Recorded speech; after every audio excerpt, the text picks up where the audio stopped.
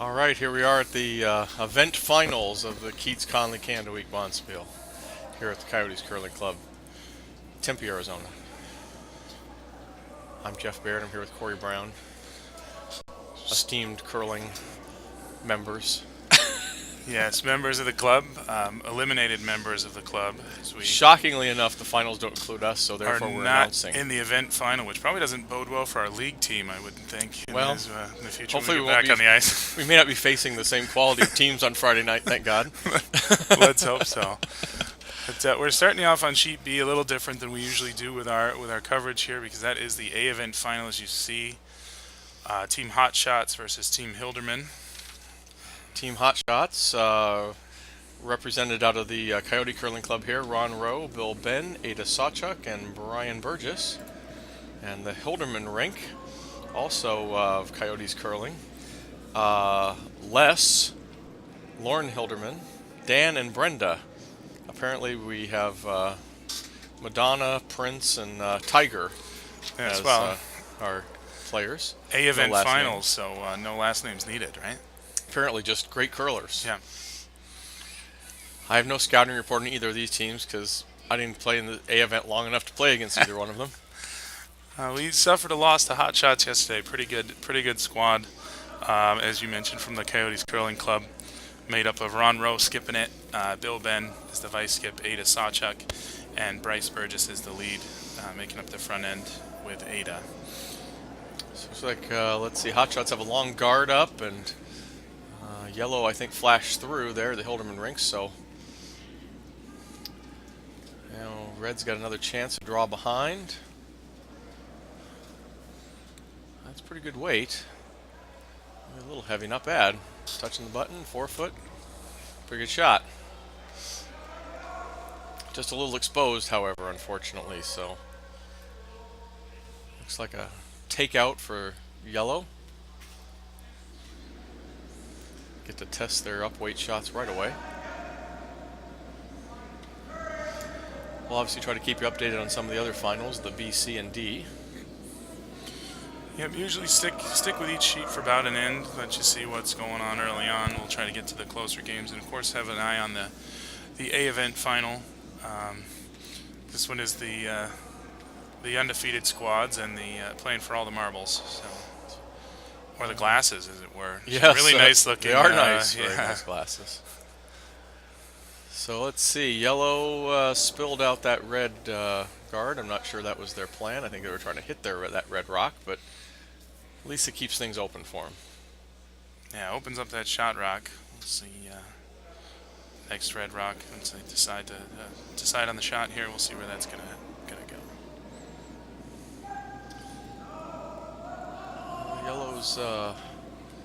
Yellow's hammer, I believe, here. So I would think red would be looking to replace that guard up.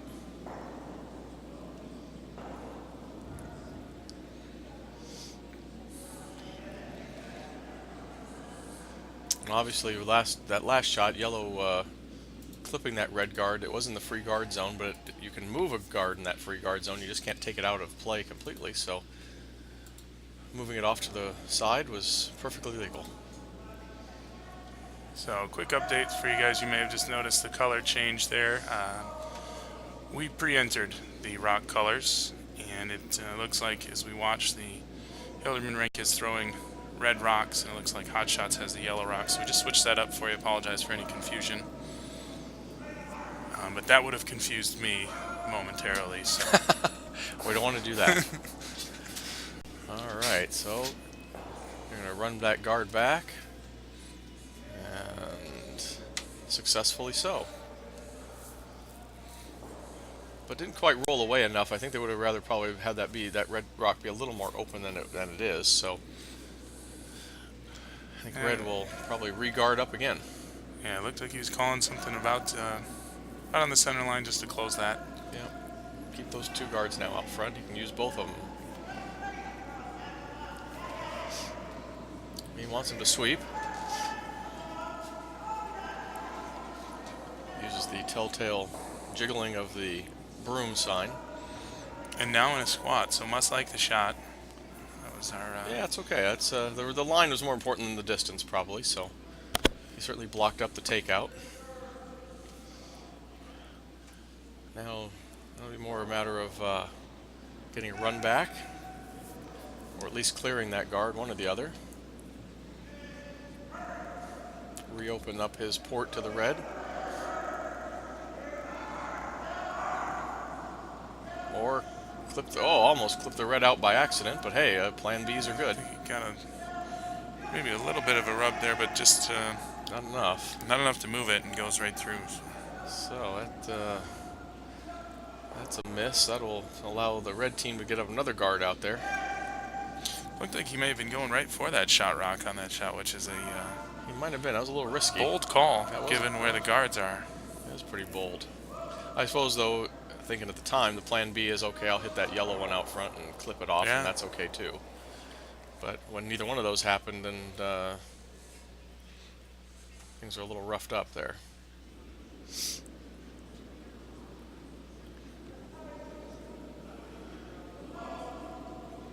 we're getting ready for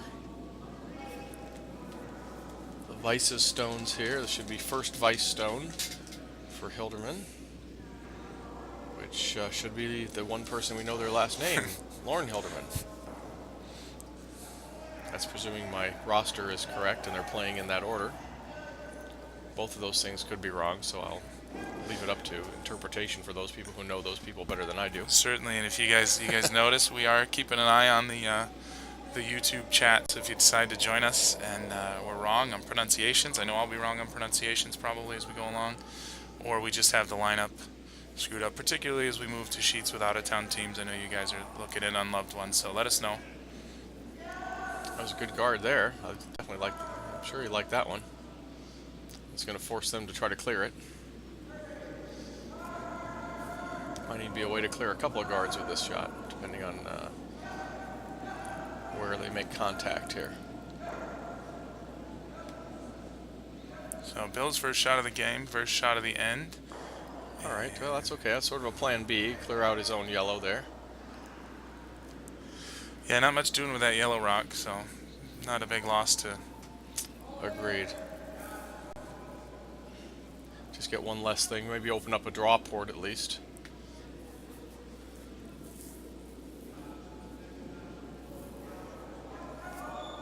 Now, you mentioned yellow is with the hammer stone in this end too, so with that shot rock still resting there, been there for quite a while, right on the back of the button. You can open a draw port there, you just get to the front of it and you're going to be... Yeah, this is, I think it's one solace right now is at least that red one's behind the tee line. Yeah.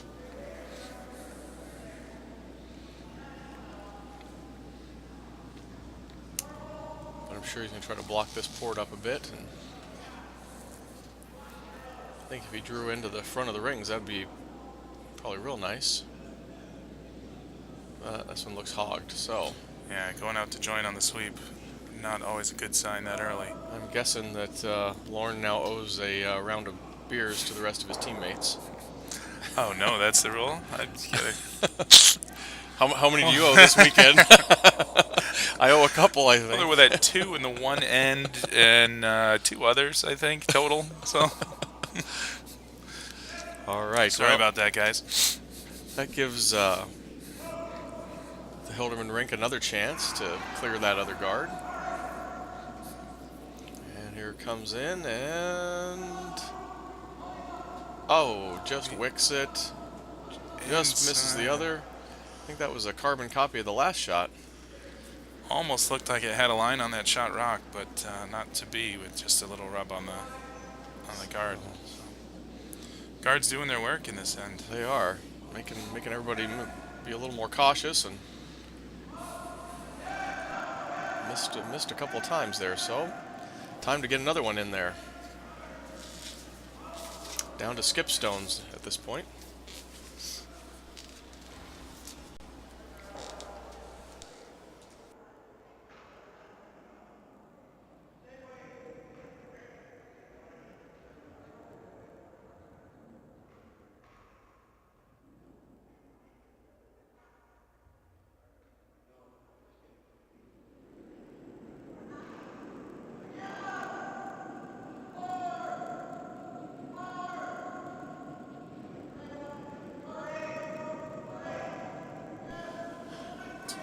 Okay, they're still watching this red one come on down here.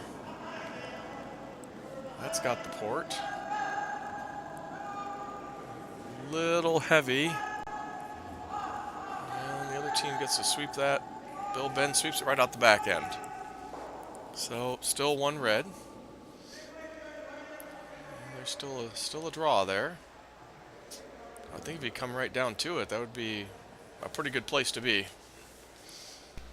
Obviously, you'd really like to get 2 with hammer, but sometimes that's not possible, and the other team forces you to 1. Interesting to see this. It certainly seems like the time, as you mentioned, for the draw. 2 yellow rocks to go, and just the 1 red one. So if you can get to that front of that rock, you put yourself in a good position for your 1. Even if you could corner it a little bit as opposed to get straight on, maybe the next time around you could come at it with a little more weight and bounce the red one out and still get 2, but it would take 2 really good shots. Having said that, we have the 2 A bracket teams. I suppose they probably can make those kind of shots.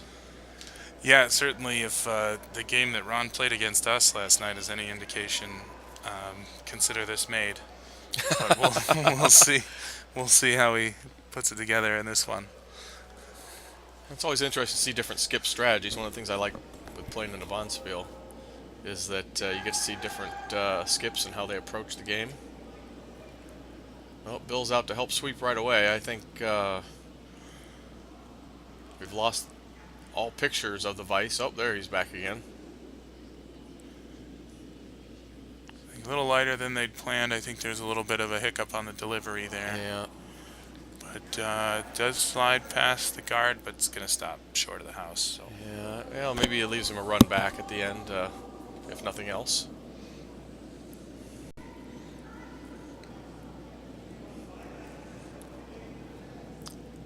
I suspect they'll try to draw one in here yet. Holding the rink, see if they can get a second shot in the house. Just don't want to leave it exposed. Yeah, I just don't want to leave it exposed, though. I mean, you know, there's some. You put one out there and it hangs out there a little too far. You allow them a hit and roll. You allow an angle raise. There's some other things that could happen. Not that those are the easiest shots to do, but right now you got them got that one pretty good. You have to decide whether that second one's worth the risk or not.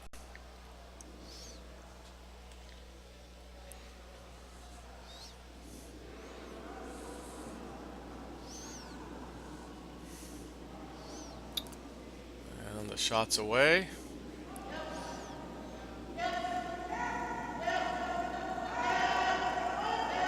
Looks to me like they might be on a guard. Bill's getting out there a bit. And good shot through the port. Comes right through the port. It's beautiful. So, yeah, now sitting 2 and puts a lot of pressure on. Yeah, that's a great shot. His final stone.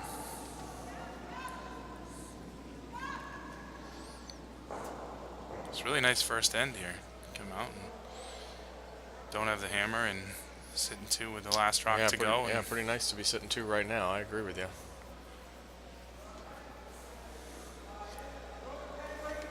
So he's trying to check out his options here.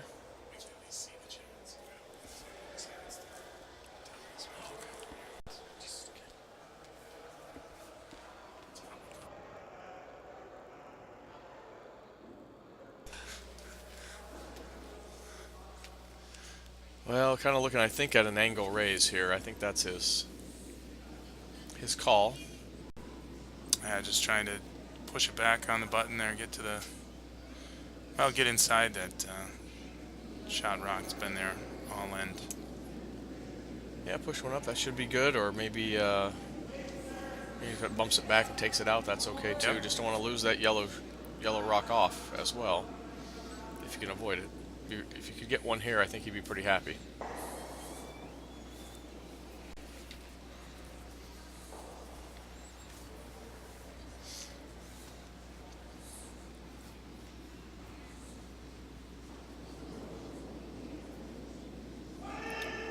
Alright, it's away.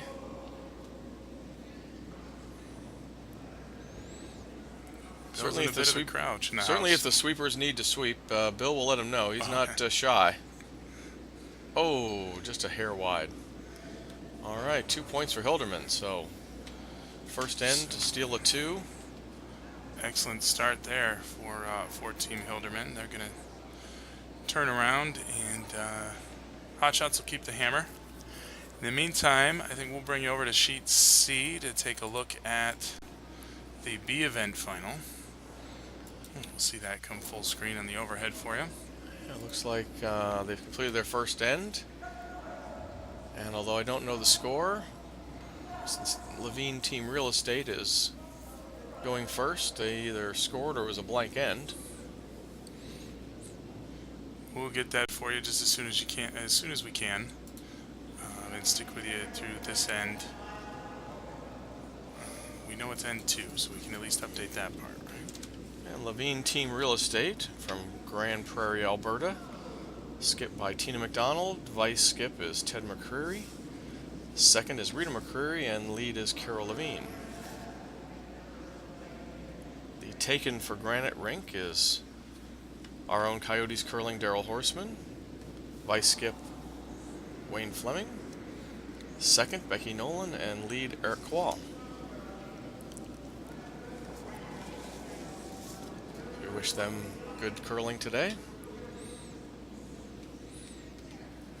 Yeah, certainly. We'll see how this B event plays out. This was the one that we had a swing at. Actually lost this morning to the Levine team. So good squad. They made a lot of shots and played a nice game this morning.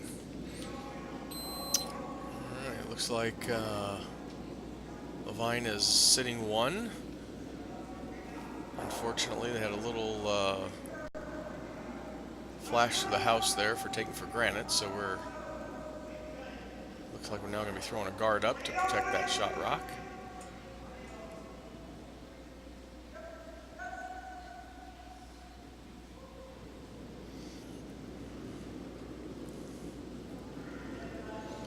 It's another one where line's more important than the distance, as long as it's over the hog line. Sure. Yeah. I know with this team we played earlier, I mentioned that, and one of the strategy things that I noticed as I try to pay attention from time to time. That's good. I like when that. When they don't have the hammer, they were throwing that first rock pretty consistently into the house, even high rings or even a little deeper, like that one just finished. Is that a strategy you like to? I know generally when you don't have the hammer, you want to kind of high guard, maybe a shot on the button, keep things in the middle to try to steal. Do you like to throw the guard first or the draw first? Well, I guess it depends on your team a little bit. Yeah. If you have a team that's got pretty good draw weight, I think you can throw that guard first and be pretty confident. If your leads may be a little more comfortable throwing that rock into the house first. You also trips you up because they can hit it if you get in the house first. Absolutely, right? Yeah, and that's the thing is if you got to play in a team that likes to hit, putting it in might be a little risky because they could hit, roll over, and start having to trade hits with them. You have to decide whether that's really something you're comfortable doing as a team or not. Mm-hmm.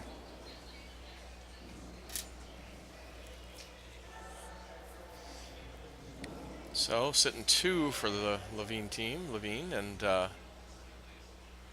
another guard. Yeah, that last yellow rock just touched the one on the front 12 and pushed it back, so covering up the 2-shot rocks a little bit too. Early in the end, so we'll see how it plays out. Absolutely, I would think Daryl might be starting to think about running that yellow back. That's his nature. He's got a speaking of hitter's teams that like to mentality. hit, right? Okay, well there's your guard, your long guard.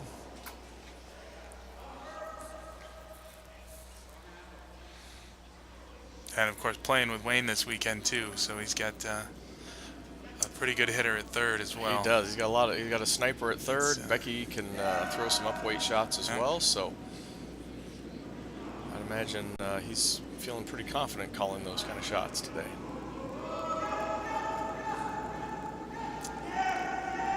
This is what that one was earmarked for coming in, and he's going to get a touch on the at back least, shot. Got that last one out, so that's good. That's a plan B, but it's a good plan B. Now Levine's only sitting 1. And that possible run back won't. You're not going to jam that on the rock in there either, so you'll lose the red one for sure if you get it. So they're going to try just to guard up again.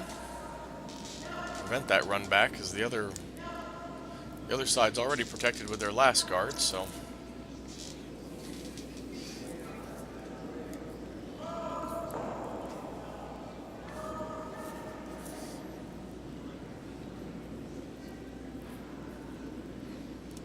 Skips out to help with the sweeping. It's coming over pretty good, so it's a nice shot. Yeah, nice finish to that shot, especially with this quickly as Tina went out there. You wonder if that's a little light, but it's in a good spot. I mean, it's off angle a little bit, so that makes it all the more difficult.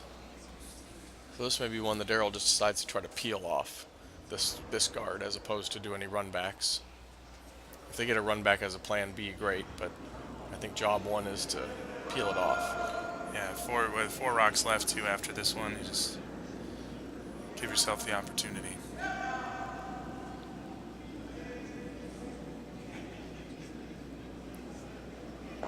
And there they go. They're going to roll away a little bit, so there's 2 out front.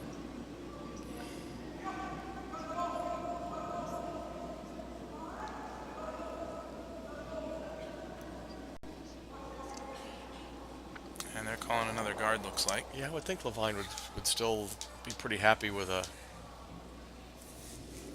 another guard there. Covering up that yellow one in the top of the house. Those guard zones are, we talk about zones in curling, or where you might throw your shot. There's 3 equal thirds before the rings, and I think a guard in that 1-2 kind of area would be pretty darn good.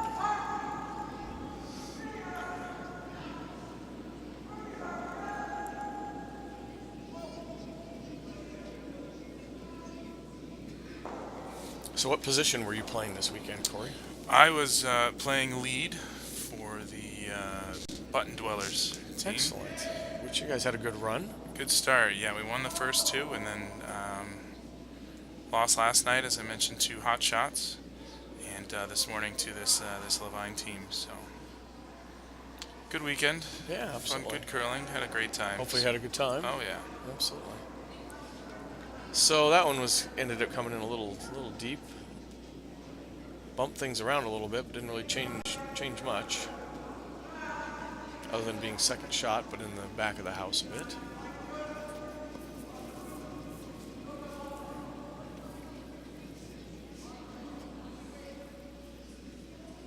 Now Wayne Fleming's next to shoot.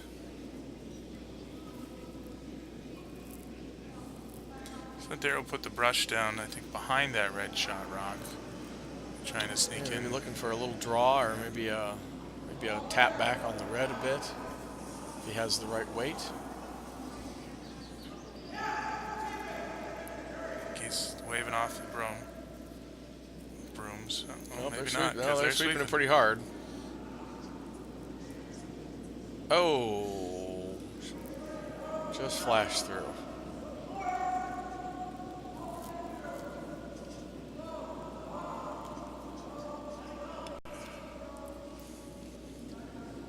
Well, I would think maybe another guard would be in order here.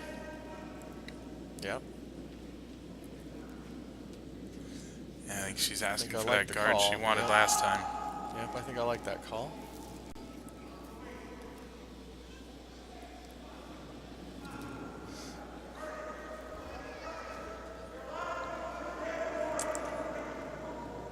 And it's away. I think just staggering those up, making the run backs harder for Darrell would be definitely plan A here.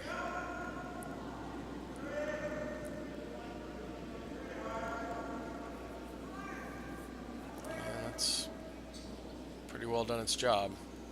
Asking the rock to stop, and it's going to get a touch and stop short of the house. So I think a little deeper than they intended, but they're definitely in a good spot. Oh yeah, definitely staggered things up. I think he may ask to have a clear out again here. Yeah, just trying to peel something because he doesn't have a good look at that yellow rock to run it.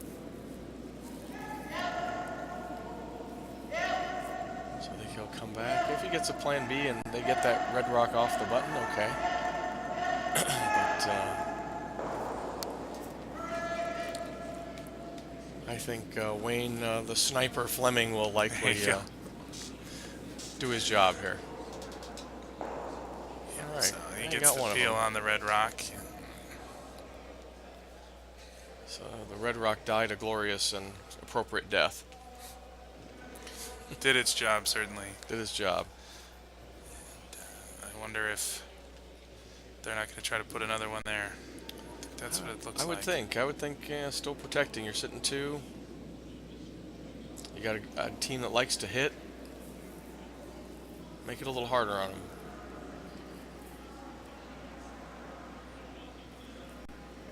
You get greedy, try to draw in. That could come back and bite you.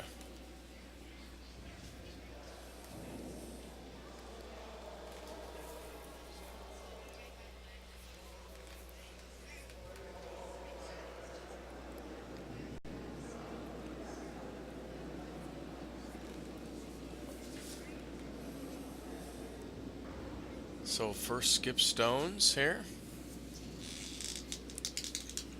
for Tina McDonald.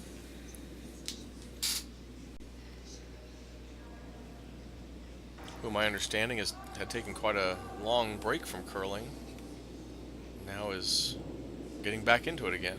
And Certainly playing tough at a to high tell level. playing against her. Yeah, that's. Yeah, I think once you're as good as she was before, probably didn't take a whole long time to come back.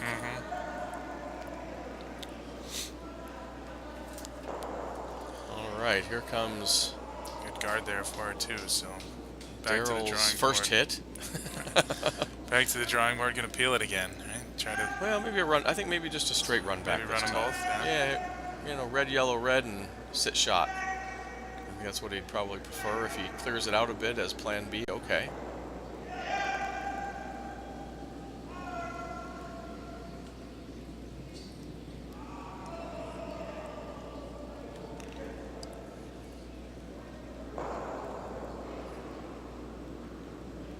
Wow, Rex on his yellow guard. But Yeah. It's probably now a draw port on that upper side, so at least that makes that a little more open for him.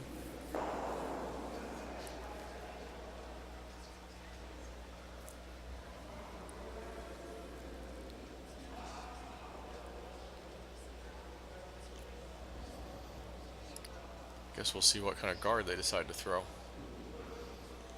Guard against that run back again, or guard against the draw. talking over all their options, it looks like. What do you think would be the call here? You throw another guard, or? I think I would. I mean, knowing Daryl, he certainly likes to hit, and he's going to try this run back again unless you get it staggered out so that it's just too difficult. Yeah. Cover up that red one, and it's easy to forget. They also have that second red rock is sitting in the back of the 8-foot there that is It's a counter as well. shot 2 right now. So I think they'll probably go with the idea that if Daryl can make a perfect draw on the other side and he gets to the button, tip your hat and give him yeah. one.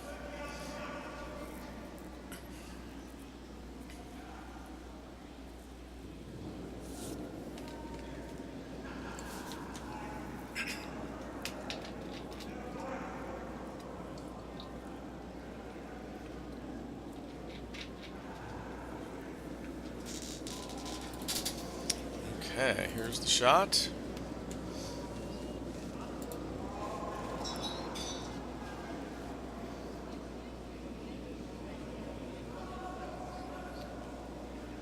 Just looking for the guard.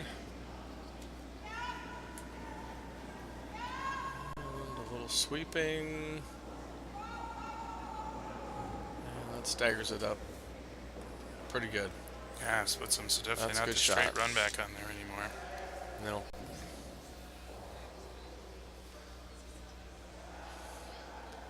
So now he's looking for which angle raise maybe he wants to make.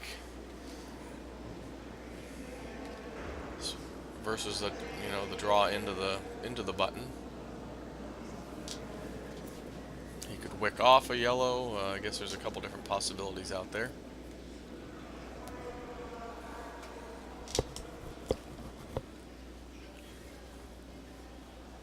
See what he and Wayne like to come up with. I think it's probably nice for Daryl to have another hitter as vice. Certainly. And You they kinda- see those. They're both seeing some of those same shots.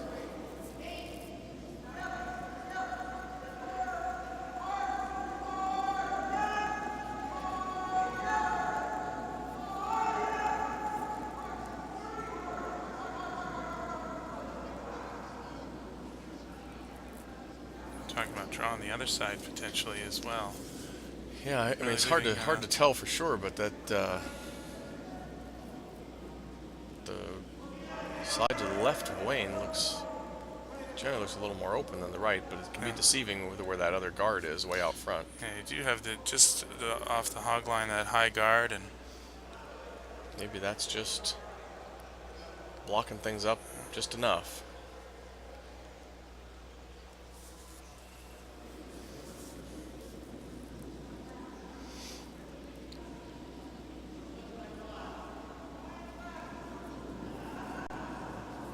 So I suspect he's going to be coming at that red one in the back. And let's just try to cut him to one.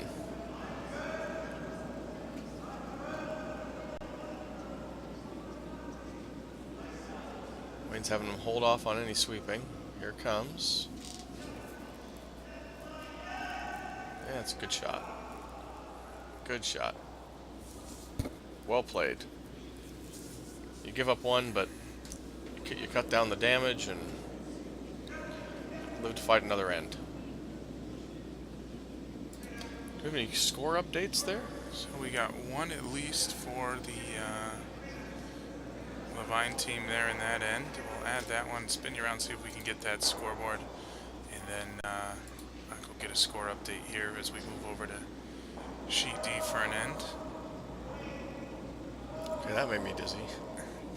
It does look like Levine had 2 in the first end. Alright, so they must be up 3-0. That puts them at 3. We'll add that and update that scoreboard, take you over to sheet D, and then we'll go run for some scores on other sheets. Alright, sheet D is Romancing the Stone against Preventure. And Romancing the Stone from our friends at Orange County Curling Club. Skip Justin McBride, Vice Ryan Hardy, second Ted French, lead Joel Calhoun, although I actually think Joel's playing second today. At least he did against us this morning. And the Preventure rink, out of the Coyotes Curling Club, Don Preventure, Lorraine Mansell, Marty Book, and Val Personage. It looks like Romancing the Stone is up 1-0.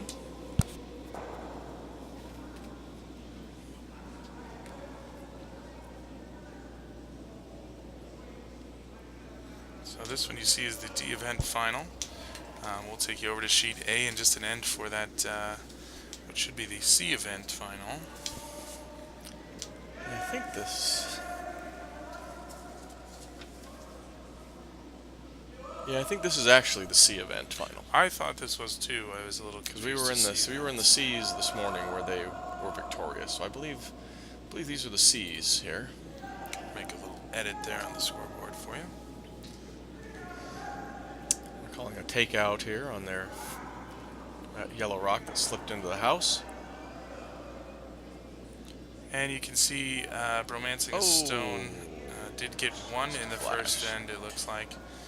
So I've updated that. We'll get you, once that We'll get a second end score here goes in a up minute. Yep. for the second, we'll let you know. Preventure must have scored because they did go first in the end.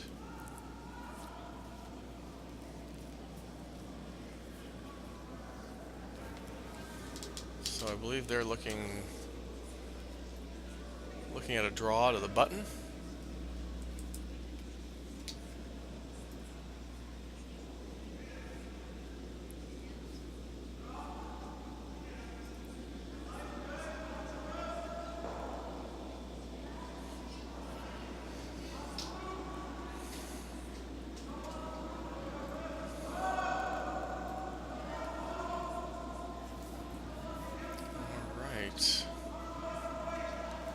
Should be seeing the sweepers any time now.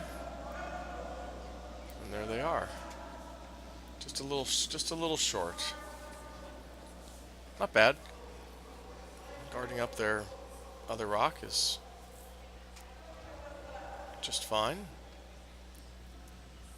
Justin will be calling a takeout on that yellow shot stone.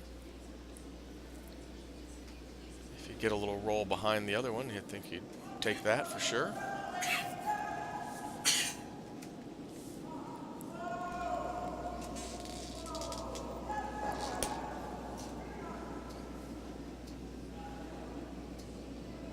Oh. Arms in the air is another miss there, so uncharacteristic. They seem surprised. Not a team that misses a lot of hits. They're another team that really just does play a fairly aggressive hit game.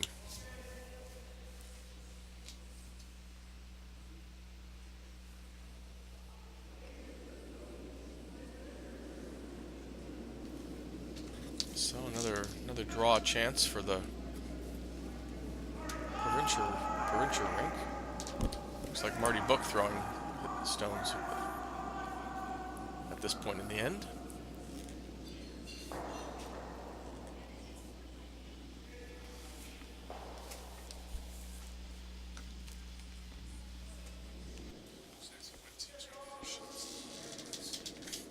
Well, to answer your question, Jennifer, the teams that are on the other sheets, sheet A is, or the event A final is the Hot Shots and Hilderman. The team D final, or event D final, is the Team Coyotes versus Team Devlin. The B final is the Levine team, and Taken for Granite. And here at the C final, it's Romancing the Stone and Proventure.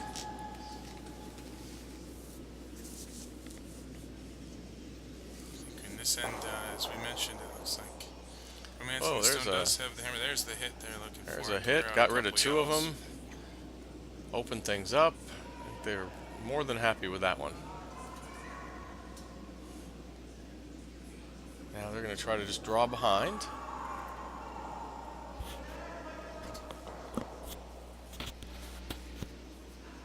See if they can get a second rock in the house.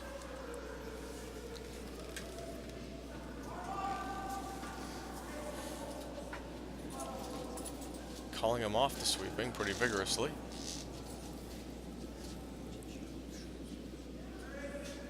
No, it looks like, yeah, let's tap that red one. A nice brush there as Justin jumps out and gets his stone into the house, and does look like shot rock. Well, that wasn't exactly what they were looking for there.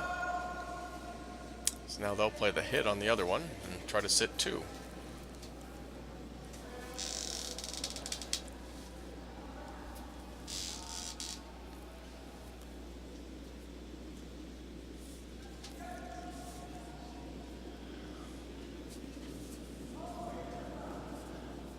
We would like to thank our event sponsor for this bond spiel, which is KeatsConnelly, financial services company that helps with folks who are in Canada and the U.S. and how to protect their assets. So Protect your money across the border, right? exactly. Saw a lot of them here on Friday night. Had a little gathering. It was nice to see them. I think. I think we introduced a bunch of people to yeah, curling. a lot of people said, I've never seen curling. I didn't know what this was. This is a lot of fun. So. Yeah, hopefully we'll get a few of them out to try to learn to curl. So here comes their attempt at a hit after another miss by the Romancing the Stone rink, and really uncharacteristic. not the normal pattern. So Justin calling the hit again and seeing if he could roll over, either get a double or at least roll over to be close to that other stone. Be a nice turnaround. You can get them both here. I know that's things I Oh, notice when absolutely, I'm yeah. watching curling on TV and I see two rocks that seem way too far apart and even, and they take them out, both of them, and act like it wasn't even weird to see it. Yeah, exactly.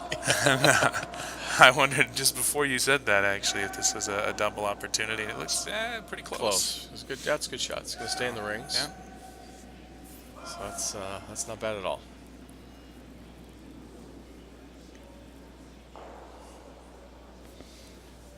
That makes the decision making a little tougher.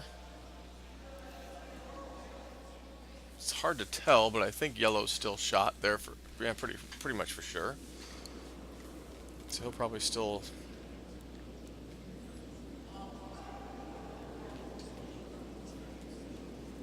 Yeah, I'm looking Play for to that get a draw second one behind. in. Yeah. Draw to the wing again to get a second one and just stay inside the. As long as it's touching the 8-foot, it's going to be at least the second shot still. And there's you have a few different options. You could draw in for your second shot. You could try to take the red out on the outside. You could guard your shot rock up. So there's definitely a few options there. And there's one coming into the tee line area. Nicely done. It looks like about the draw he wanted last time. Yep, and I think far enough away so that there's no chance for Justin to double that off.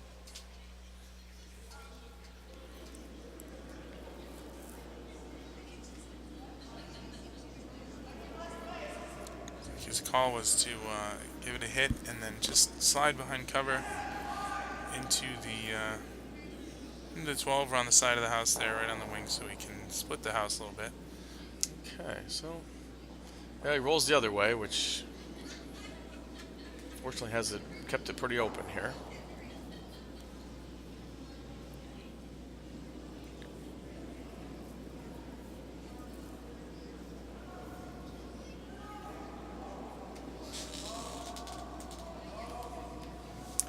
Still not 100% sure what the score is in this game. They have not posted a second. Oh, Looks like we're gonna speak of the devil. Ha! Ask and you shall receive. Wow, I huh? didn't realize that I had telepathic abilities. Can you guys hear us out on the ice? All right, looks How like about the that? provincial ring got 2 in the second end. So 2-1, and they'll be playing a hit here to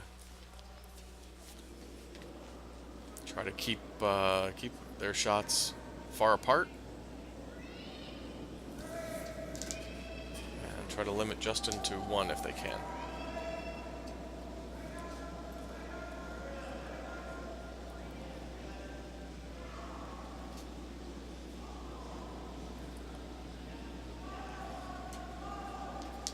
Score updates on sheet B. Hot Shots are 2-0 after a blanked end in the second, and Coyotes 1, Devlin 0 after 2. Here comes the hit for Team Provencher, and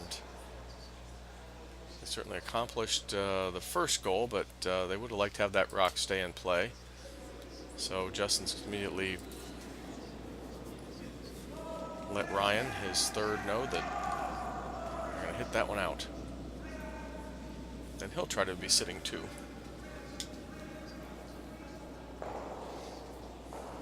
He's left this yellow one there for a while. He's seems like he's done with it being there.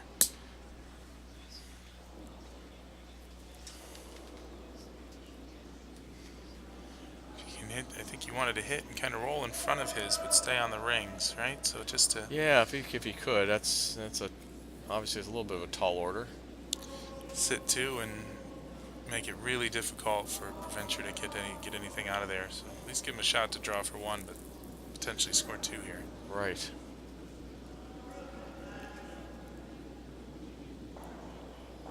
Well, I think instead knocked his out, rolled yellow around. They're going to throw a guard. Yeah, I don't think that result was he on wanted. the list of desired outcomes.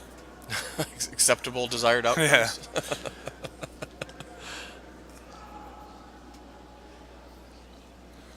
Still pretty open. Should have a shot to draw in and take his 1 if he can't. If he's offered something else, maybe even to blank it. But That's what you'd Not like. what he was Obviously, what you'd hoping. like to do for Preventure now. You would love to force Justin and the Romancing the Stone team to Drop just have to one take here, one. yeah. Put a little pressure on them and go to the next end, tied at 2.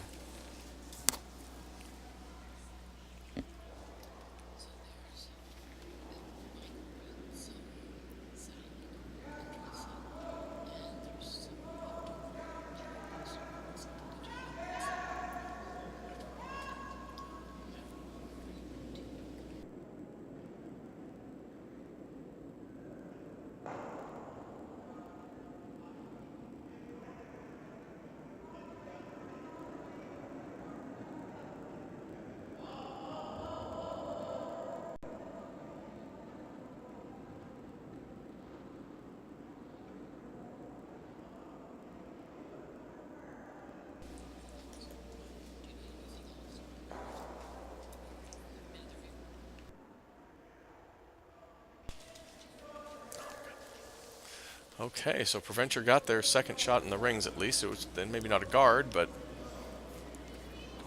I think they're probably still pretty pleased with that. Yeah, certainly can't hang a 0 on the board here. Yeah, far enough away. I mean, trying any kind of a Yeah. double run back would be way too risky. So I suspect Justin will try to draw in, use that yellow one on the back forefoot for some backing.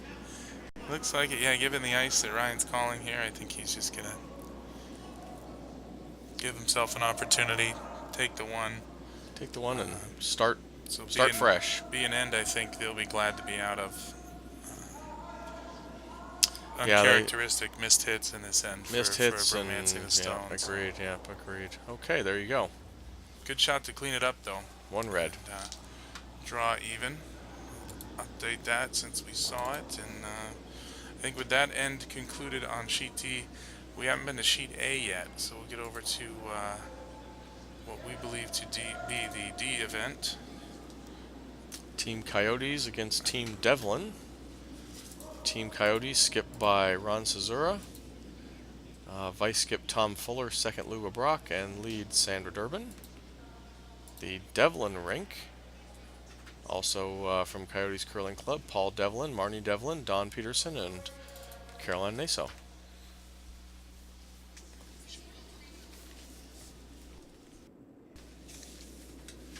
And they look to be just underway in the fourth end. So good timing to get over there.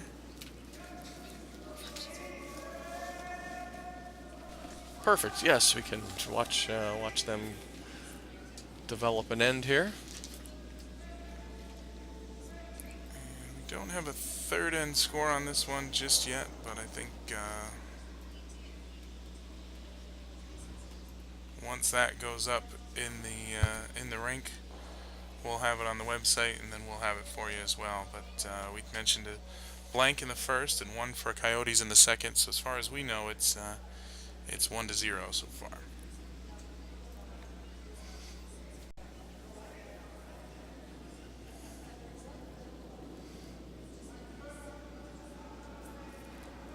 Okay, so holding up on the sweeping on this shot. Maybe trying to draw down to that yellow one. Take it out. Let's see. Looks like it's more draw weight. And just missed it. Just ticked it a little bit. So 2 rocks sitting at the back of the rings. So right on the back line, no guards. Interesting way to start an end. Yeah, sometimes your best laid plans as skip are adjustable. Yes. Yes. A lot of it depends on where the lead puts their stones. I think in regular league play, sometimes you don't realize how important those lead rocks are, but in a more competitive environment, it is really pretty critical where those are in terms of developing a strategy and whether you're ahead or behind. And you see how important those really are to the team. Yeah, it is tough to realize sometimes new curlers, especially when you see they talk about how important lead stones are, and when we throw them, we see them eventually cleaned out. We throw a guard or we Right. draw it in, and they get taken out. But it really does. I mean, it sets up the end. They're getting taken out as the adjustment of the strategy or whatever that strategy happened to be. So Absolutely. Well, and it may not stick for generally, long. But yeah, they and influence the generally, end. especially with the free guard zone, generally now you can get those first two rocks out in front of the rings and use them later on in the end. Mm-hmm. It's really a good way to generate offense. Putting them in the rings, although that would seem like that would be a more offensive strategy, is actually more of a defensive strategy, because the other team can start to hit, and if you want to force them into that kind of game, great. But oftentimes you're really looking to score. You're going to try to control the front and So get in behind cover.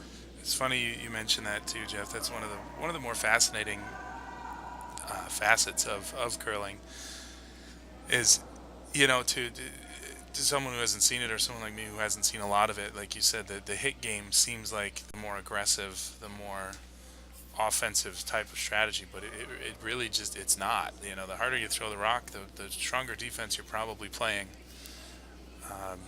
because you're taking rocks out rather than trying to score. Exactly.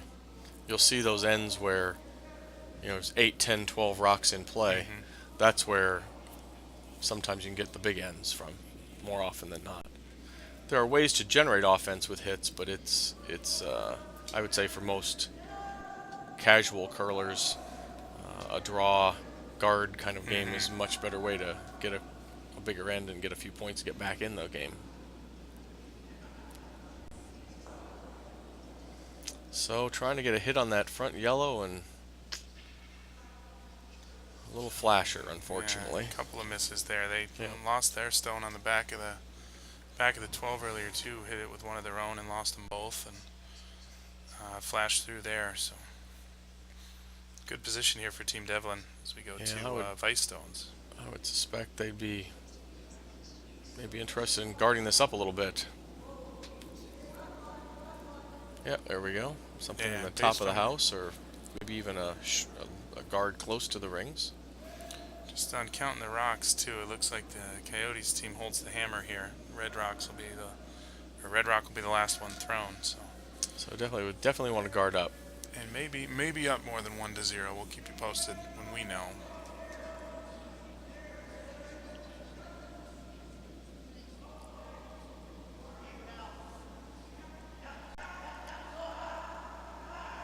It's maybe a tad heavier than they thought, but it's pretty well a draw to the button, I think.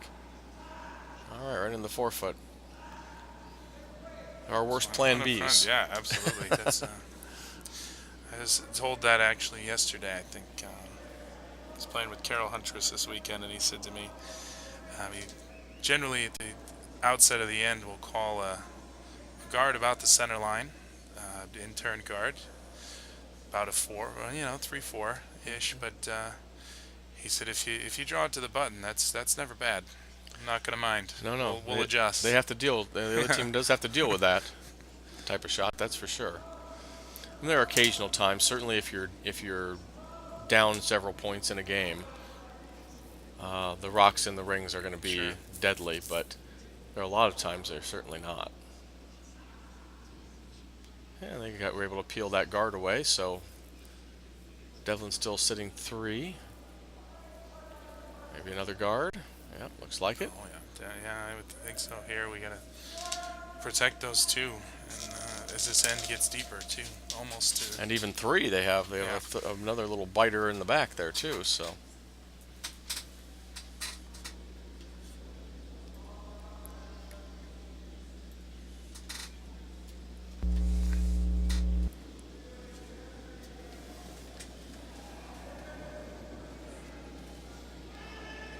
it looks like Okay, so Devlin got 2 in the third. Devlin got 2 in the third. why So Coyotes have okay, the- so it's 2-1 Devlin in this game. 2-0 hot shots over Hildeman in the A final. A couple blank ends there. 4-0 Levine Team Real Estate over Taken for Granite, and Preventure 2 Romancing the Stone 2 through 3. So pretty tight games all the way around, Yeah, as the they're finals should be. keeping it close, absolutely. So Devlin a little heavy on the draw, and Three. now the Coyotes are going to have a chance to Up to clean 4-5. things up here. This one with some heat and see where they finish up, right? Exactly. I think trying to run this yellow right back into the pile and get rid of at least a couple. Yeah, I should be able to get those back to rocks. Bang, bang, bang. Spilled out. Okay. Not bad at all. Even though they didn't get as many out as maybe they had hoped, they put them behind the tee line, so that automatically lessens their impact on the end.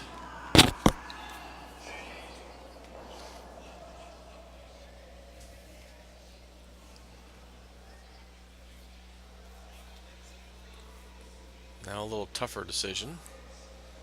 Looks like Team Devlin's going to try to put one in the top 4 foot.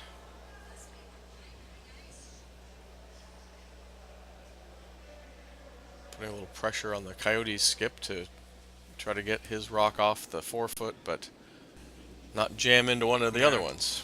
I think he liked having all those rocks in the 4 foot, and who wouldn't? So Absolutely. Good, let's get another try one to in get there. some more in there. Make them make a play here.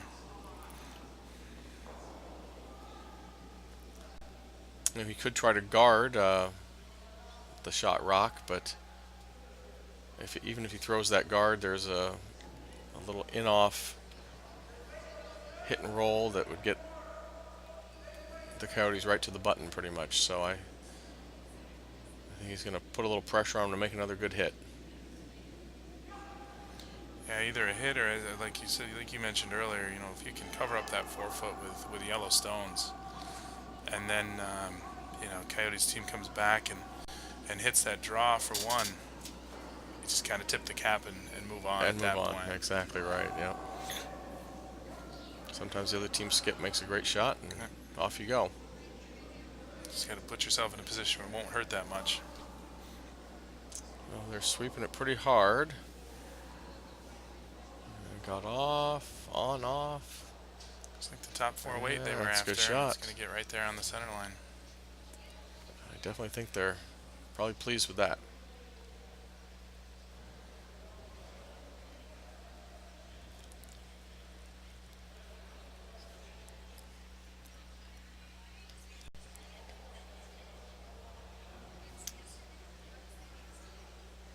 So it looks like we're trying to draw to the back 4 foot, I would say.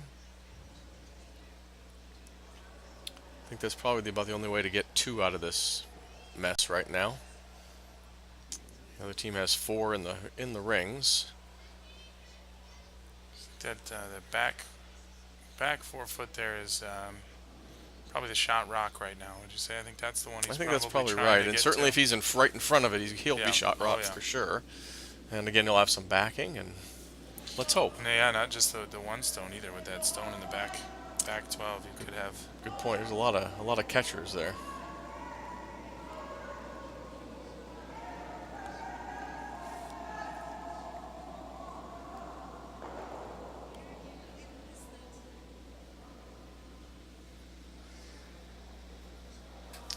Okay, they're watching it pretty close.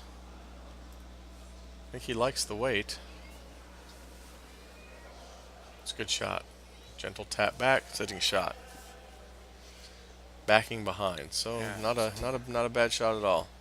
Yeah, it's gonna be really tough to get out because. Possibly a little heavier than he would have liked, but outside of that, about ideal. Short of running a Yellowstone at it, I'm not sure how you get that out. You try to chip it out past that yellow, maybe you can get that, but it's going to be tricky. Might be able to. It's Paul's last shot, so it's a little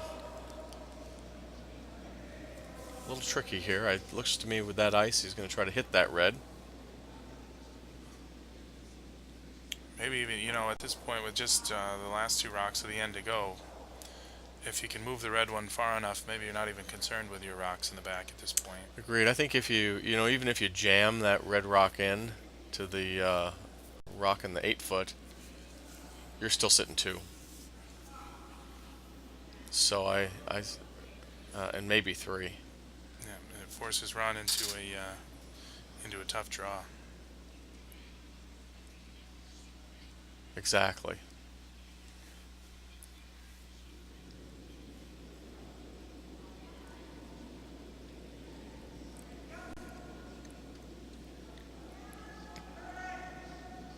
Marnie's down watching this pretty carefully. No sweeping. That's a good shot. There you go. Yeah, you get the jam on the 8-foot, but still sitting 3. Sitting 3, and now you have the one that could get jammed. Yep. So now what do? Do you try to draw to it? Do you do a light hit and roll? I think they're going to take door number 2. I think you're probably right. Well, it's a little hard to tell. That could be the hit weight for the yellow one or the draw weight for the button. Yeah, that could be. Yeah, that could be draw ice for the button. Certainly, as we were on sheet A earlier, and it's. How was it curling early? It was pretty good.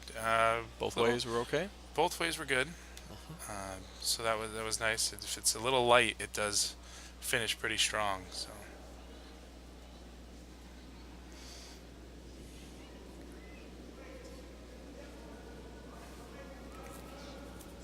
All right, here comes the hammer stone away.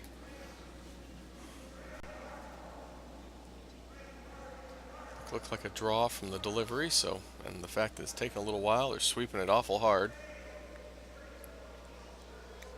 And just clipped. Gets a hit on the front yellow one. It's gonna be 3 yellow. 3 yellow. Okay, 5-1 Devlin. Big steal of 3 in that end. It's a tough shot to make. Perhaps Go back to the A event final here, huh? This one they're blanking ends over here, keeping things close. Looks like they're early in the end here, huh? Headed to the other side early in the 5th end.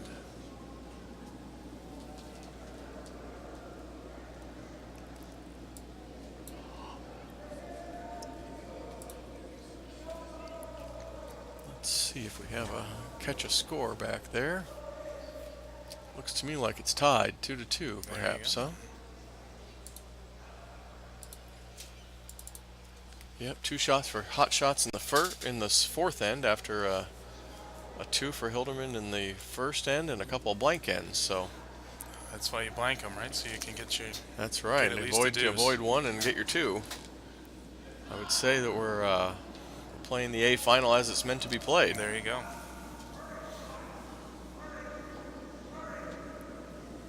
Kind of thinking I'm glad I didn't play against either one of these guys. Oh, just a little off there. But maybe a biter in the back. So hot shot sitting 3. Looks like they're going to try to give themselves a little more room over there. Hit this yellow one out. It's in the 12-foot.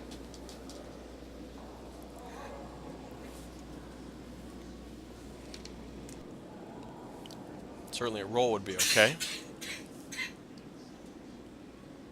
Sweepers are watching it carefully, and here's the hit. Mission accomplished. Got a bonus yellow out the back as well. Yeah, gets one of those back ones. I was wondering if it was going to hit, right in the middle there, and they stick with one of another, or one or both of them. But did lose his shooter, but he cut him down 2 and put them in the position, the hot shots of only having the one in the very back. Yeah, it keeps things fairly clean too for that holding the hammer in this end after giving up 2. So I suspect we'll see another draw here.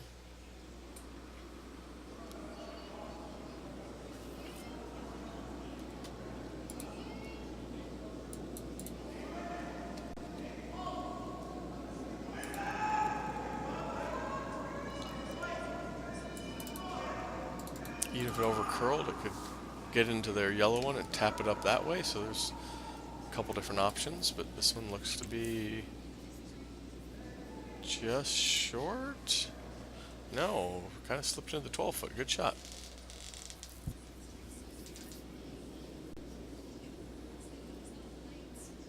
It's almost right back where that yellow one was before.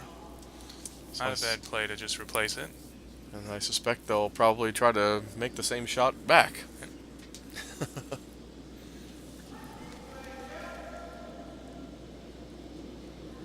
So Ken's just joining us, asked us who's on Team Hilderman.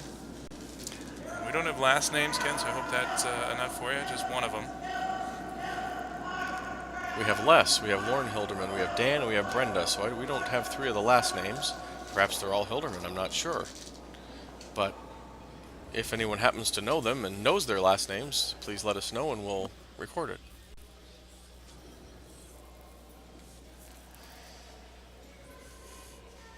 So Team Red got rid of that yellow stone and Interesting roll. rolled over pretty nice. Changed the angles, that's for sure.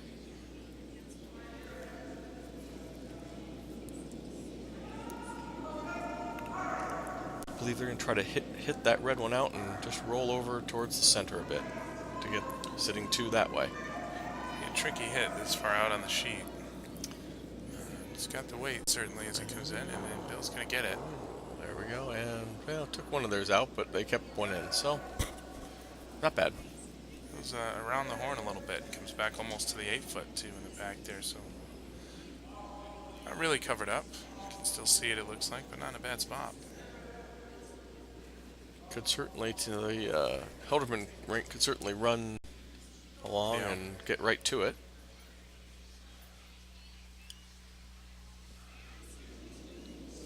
I'm sure they'd really rather not do that with hammer, but depends how you're feeling, how aggressive you're feeling.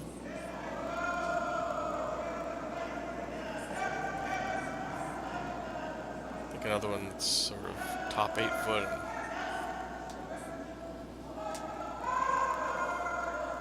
Yeah, I like that right there, somewhere in that 8-foot, 4-foot area, and they got a little backing. Yeah, it looked like his call was a draw, and it looks like that's what he got. So it's gonna draw in and around the 4-foot, like you said. Not bad at all. So put some pressure on. Agreed.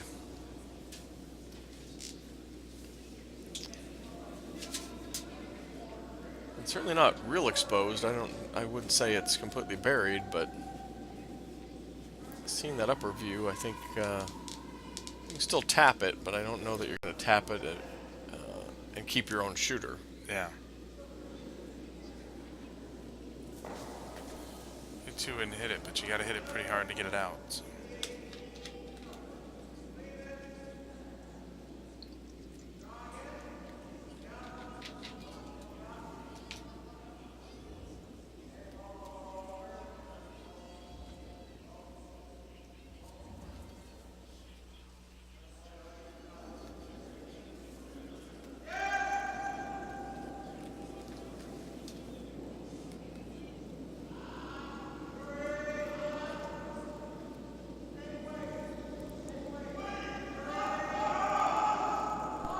Okay, let's see if they can tap that red one back a bit. He's got a pretty good line on it, but just going to be outside of it. And Hit his own. Well, his yellow backing.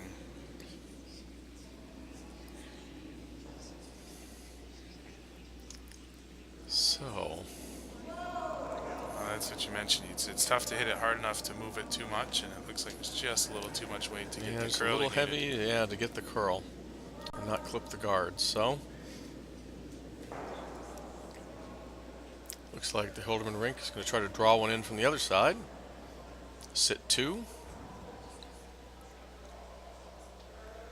I suspect they're pretty confident that trying to hit that red one out on the last shot for the hot shots will not be so easy to do, so they can pretty well leave that one alone.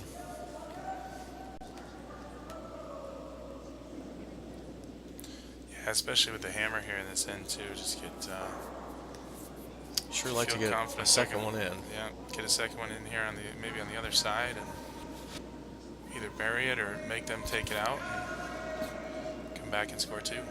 Absolutely. Even this one, if it's uncovered, probably doesn't hurt you much because they'll have to pick which one to hit.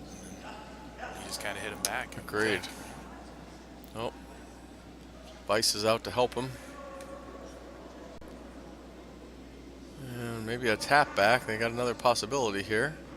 Get it on Not the enough. rings. Can't get it there.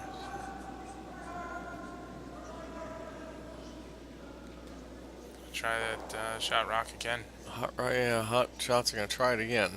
I think he likes the draw better than trying to run the yellow back. Do you think the... If you could draw, maybe just draw with a back rings weight, nothing real heavy.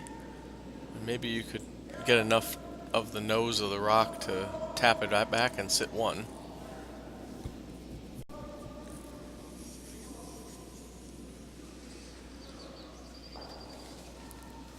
Hopefully not leave it too exposed, because if you do, that opens up. You know, if it stays in the brings rings, two right that back in opens up play an that- easier way. Absolutely. I also suspect that if yellow did make the shot and rolled off, then we'd be looking at another blank end. There you go.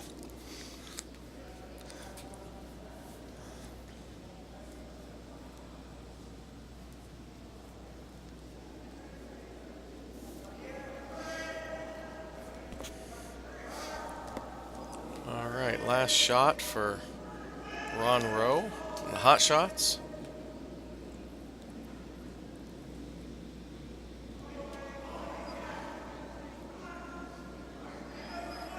Let's see if he's got the right angle on it. Looks pretty good. Looks real good. Gets Very past the guard nice. and does get the shot. He's like, and gets it out of the house. So Beautiful shot. takes away the threat of 2. That's a event finalist skip if I ever saw one. So the threat of 2 is gone. The possibility of the blank is still there. I think you might want to just kind of... I would think he'd be happy to take hammer to the 6th end, and you'd like to have the hammer on the even end so that you'll have it on the 8th as well. Yep.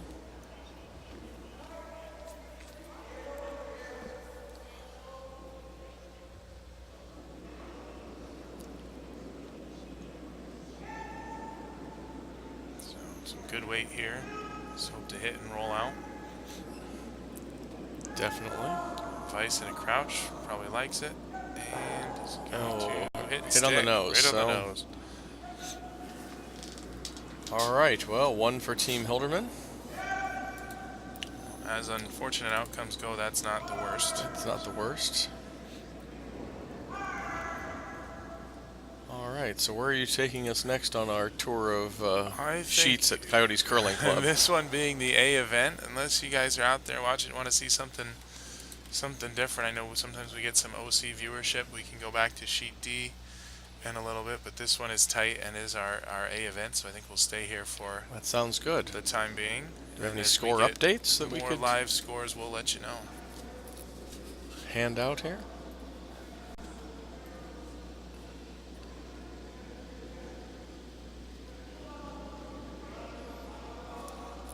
So looks like Levine Team Real Estate 5-0 over Taken for Granite. Romancing the Stone is taking a 3-2 lead over Proventure. So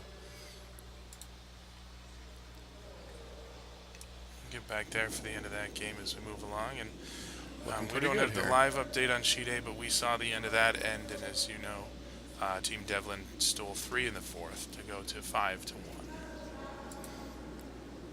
So 6th end, sheet B, the A event.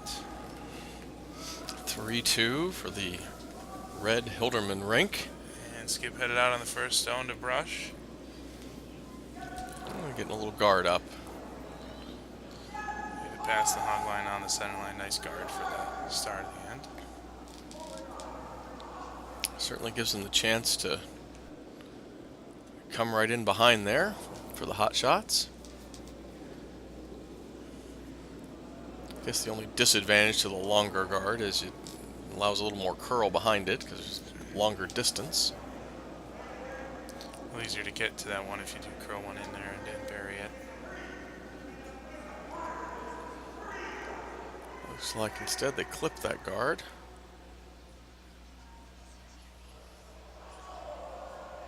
So you see, trying to sweep it out, they'll put the red one back. I think that hit the sideline there. Well, I think it stayed in play, so wasn't what they were trying to do, I don't think, but it certainly worked by opening things up. Slightly unfortunate outcome for Team Hilderman there. Of course, if that one ends up out of bounds, they'd replace the red rock and take the yellow rock out of play, as we are in free guard territory. But as it were, he loses his center guard. See some of the more competitive teams, I know I see it on TV all the time, doing that as a strategy now to try to combat the free guard. Yeah. Just kind of touch them and keep them in play so that they give themselves a little more space to operate. Yeah, it takes great line and great weight both to do that effectively. There's a good guard. A nice guard just near really the top nice of the guard. house.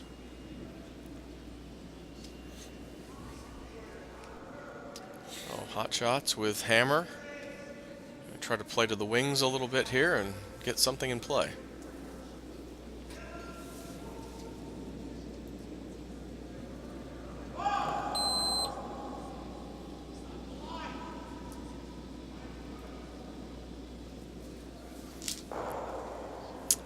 Sweepers are just watching this one. Seems a little heavy. And unfortunately, Nothing to hit in there, so they're going to go all the way through.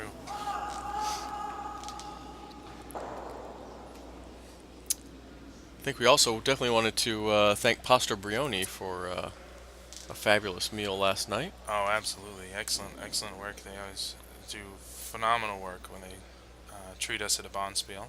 Mike Siggins and Ashley Siggins, proprietors.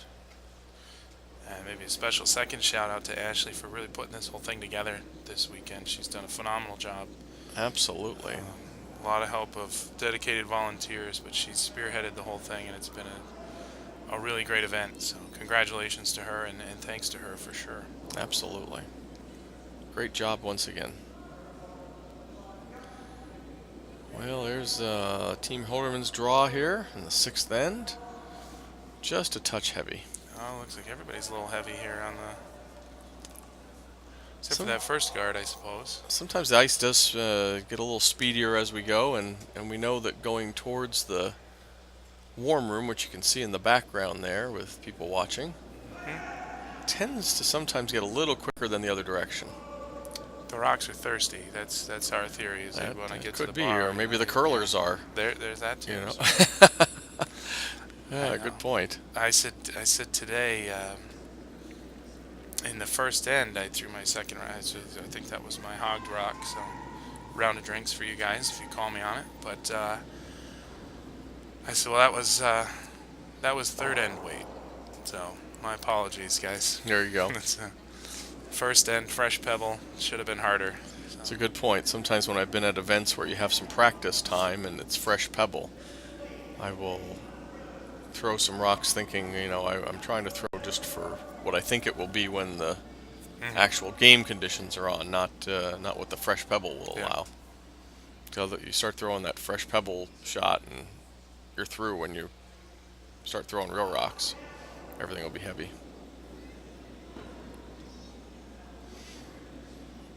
All right, so Hotshot's contemplating options. So Ken, I see you asked us what's happening with Levine Team Real Estate and Taken for Granted over on Sheet C. Levine has been chipping away there as we've gone through. It's actually 5-0 in favor of Levine Team Real Estate over Taken for Granted. They're in the sixth end as well now, and we'll try to get you over there for a little bit of the action as that game winds down. Too. Yeah, I think between end 6 and 7 here, perhaps, huh? Yeah.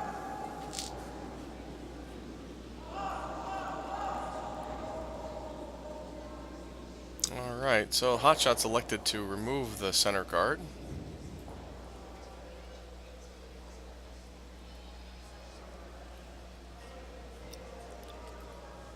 And And now Hilderman. I'm going to try to put one in behind cover.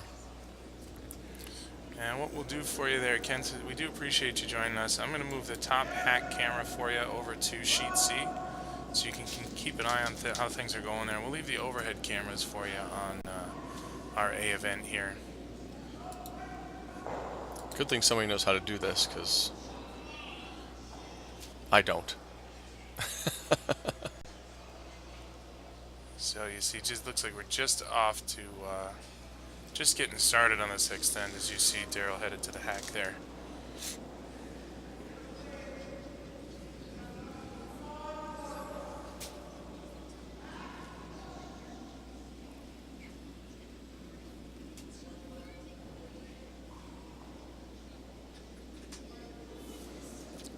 Okay, back in our A final, they did. Hilderman was able to get one behind cover, and looks to me like Hotshots are going to call a gentle takeout, hit and roll.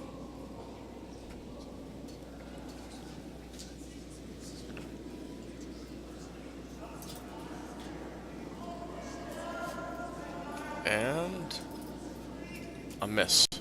Looked like it was going to get there, and then just didn't quite finish. Yeah, I think I found this weekend things were not curling from in to out maybe quite as much as what some people were thinking it would. I think that's where, if people were missing on takeouts, that seemed to be where it was.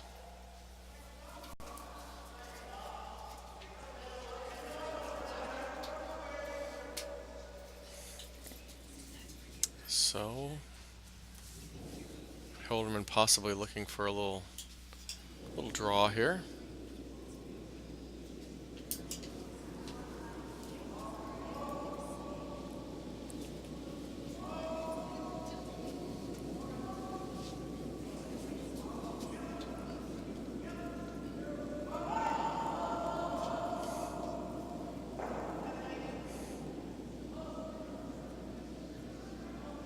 And we're watching this one pretty close.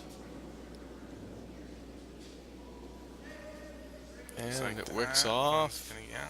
splits it up, sitting two.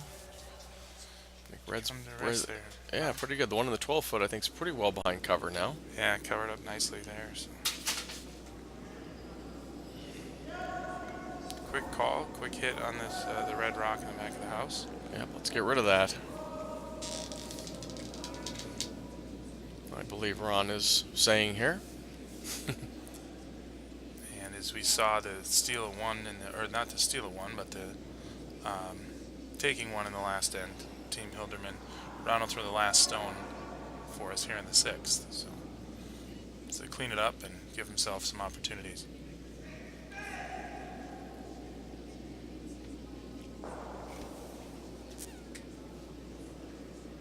Okay, so able to get rid of that red rock.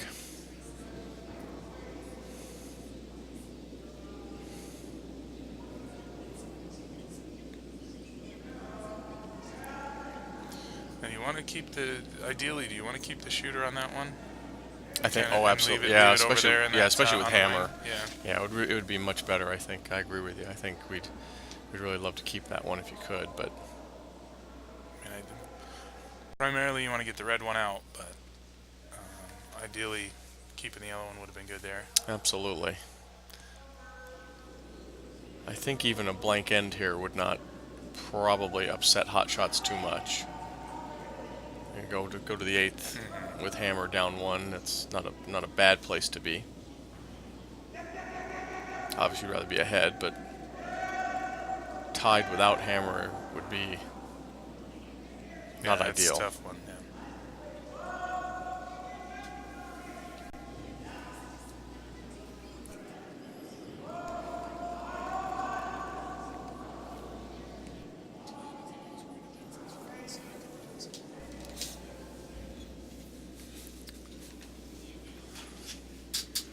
So if we had any muting going on there for a while, don't mind us. We're just talking amongst ourselves.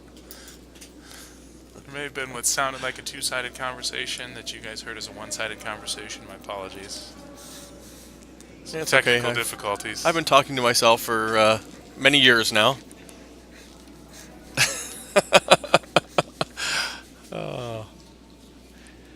But I can tell you this, whatever Corey was saying was brilliant and very insightful.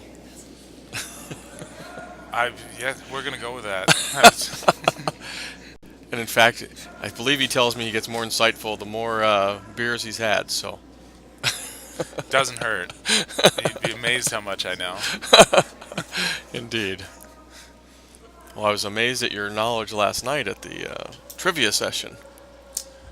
I don't know. Yeah, I'm not Canadian, but I grew up close to Canada. So you know some Canadian things. We had Canadian trivia here last night, and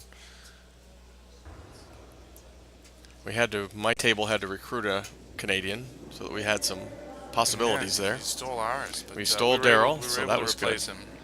Actually, we ended up with Wayne at our tables. Yeah, and Wayne knows a lot of Canadian stuff, so that was good. All right, It was Ron's first skip stone, as you just saw him throw there. looking to take out. Red replaced their rock with a draw to the back 8 there. And there's a nice shot. Little roll. And there's the nose hit in the kind of, well, not necessarily the nose, but just off center Just there in off. the roll that you're looking for. Not bad. He's hitting shot, so it still gives him a chance for 2. At this Not covered point, up, but not an easy takeout. Either no, and with I the think at this guard there. point, if Hilderman can get this one out, he's really going to force Ron to draw for 1, or hit and stick for 1, whatever he feels more comfortable with.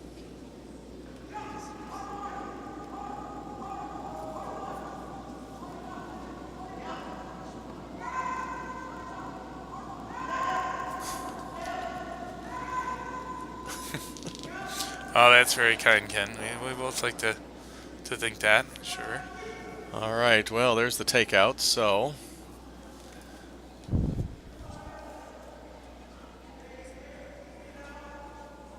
So took it out, lost the shooter, just 1 rock to go here. Probably just have to. probably forces his hand to draw, and I think that's what he's going to do. Gonna get it into the 8-foot ring and take 1 and move on. So a really good job by the Hilderman Rick. A well managed end by them, because obviously able to force the other team to 1 when you're up 1. It's a pretty good place to be.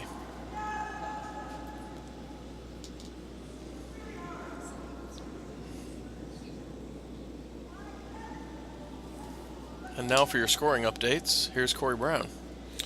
Well, just checking. I know we're watching up on the top screen there the hack camera, the Taken for Granted Levine Team Real Estate match.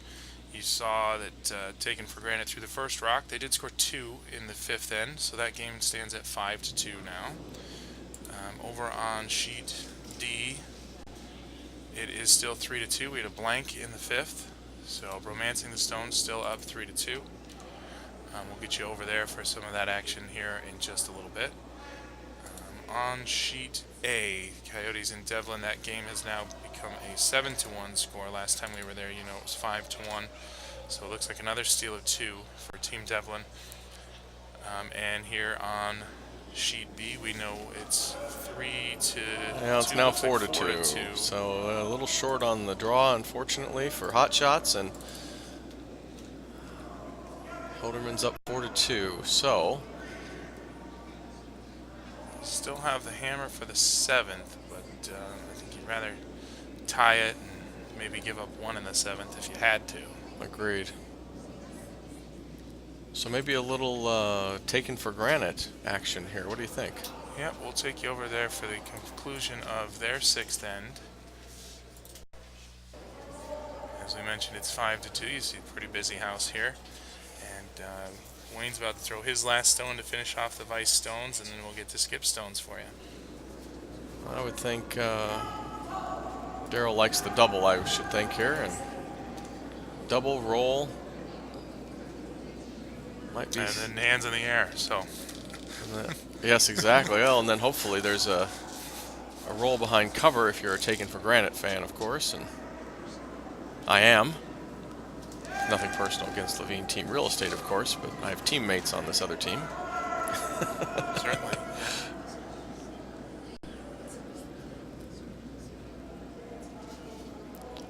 And there we go. One and sitting shot. So not bad. Touches them both, has a little bit of the backing there too. So. I would think Darryl would actually be pretty happy with that. And he gets to hit it next. So. Exactly. Yeah. Right. There's something to hit. Happy days. All right. So it looks like Levine will be looking for a hit as well here. Let's try to clear that yellow out.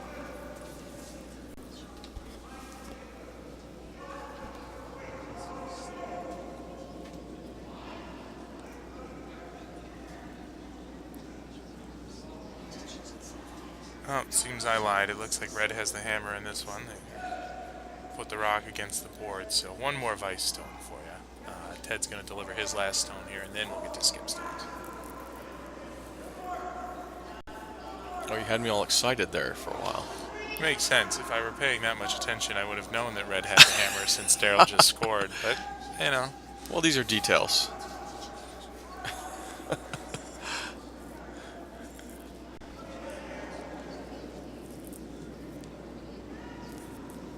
All right.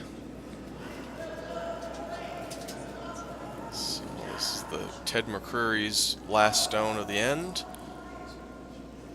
And in comes the hit. Pretty good weight and chips out That's the a yellow nice one. shot. And stays, and red sitting 2. Shockingly enough, I believe Darryl's going to get another hit going here. Gotta get rid of those red ones. Ted's been playing lights out today. I know he and his whole team, all of them put the beat hurts on you us up guys. pretty good this morning. And That's kind of what happened to us. He hit an angle raise that was, frankly, it was fairly demoralizing in that particular end. We were all standing at the other end, and just a beautiful shot, and another good one there. So Very, very nice shot.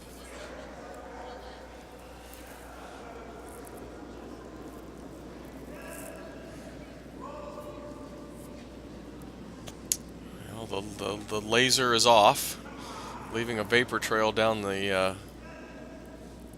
sheet, and one and a roll. Well, solid roll for him, but open certainly for a hit. That's here. going to be 1 or a 2 for Levine if I were to guess here.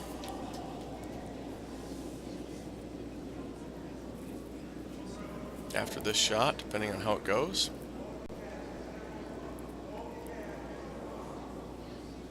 Seems like they're talking over a similar hit and roll to the one Ted threw just a moment ago. Yeah, if they could get that same shot again, I think they'd be pretty happy with that.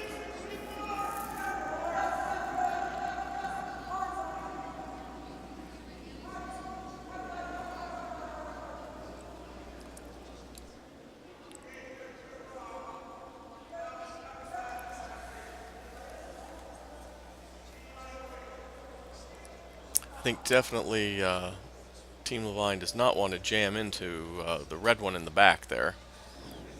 No, definitely leave that one undisturbed. Try to, I mean, 2 would be a pretty devastating outcome here for Taken for Granted. Agreed.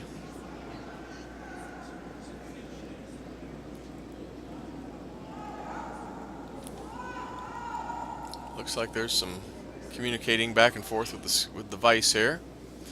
Holding off on the sweep. And a chip and a roll. Roll this time. And I don't know if that's a biter or not. And I don't know if it's a biter that's better than the other biter. Yeah, they're taking a look because it looks like each one of them has a bite. But I'm going to guess that yellow's biter is a little better than reds. I just have this feeling, but Really surprised that Red Rock hung on. I thought that was definitely ticketed for out of bounds, or at me least too, out of the actually. house. Yeah, well, Nice touch well there. played, absolutely.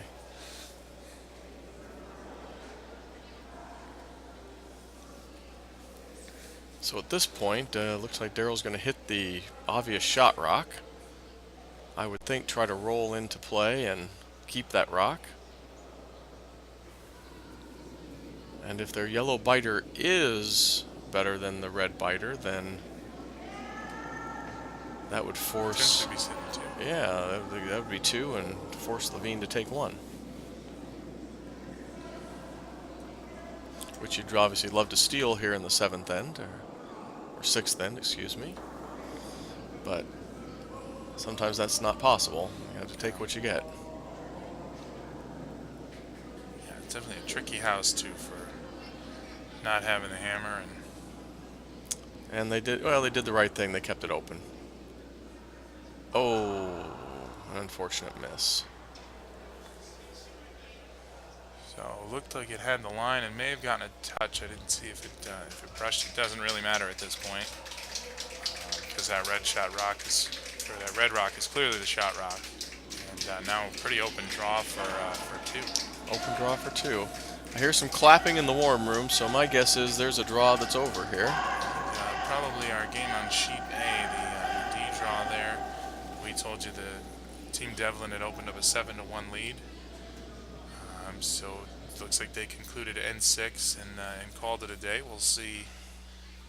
We'll try to get Once we official get more final score information, here. We'll let you know how that one went. You can still see action on the sides there on sheet B and sheet D. So get your final Good score point. for that That's one. great deduction right there, by the way. I've looked at these screens a lot. I'm cheating. So. All right, here comes the last draw. Oh, will it be heavy enough? Wayne's a great sweeper. Let's see how far he can get that. To try to get it out, and I think he's going to be able to do it. Oh, he Heavy did. On the draw. Well nice, done nice for brush, Wayne, but still, I think Levine's probably happy with one here. They're looking at the biters. Oh, well, they aren't going to measure it. I guess they're not. I guess they've determined already. So it's either 6-2 or 7-2. We're going to say 6 for the time being. We'll get you that score update when we can. But I know we wanted to get you back over to sheet D for a little bit. We have a close game over there in the C event final with Romancing the Stone, our regular visitors from the OC Curling Club, and Team Prevention. And frequent event winners. Yes, as well. They kind of own the ice here. They do. So looking to me like there's one red here in the 6th end, I believe. Yep, I think we're just finishing up the 6th, coming towards the bar, I would think. And I'm going to move the hack camera for you over to sheet B. That's our A final. So keep an eye on that one.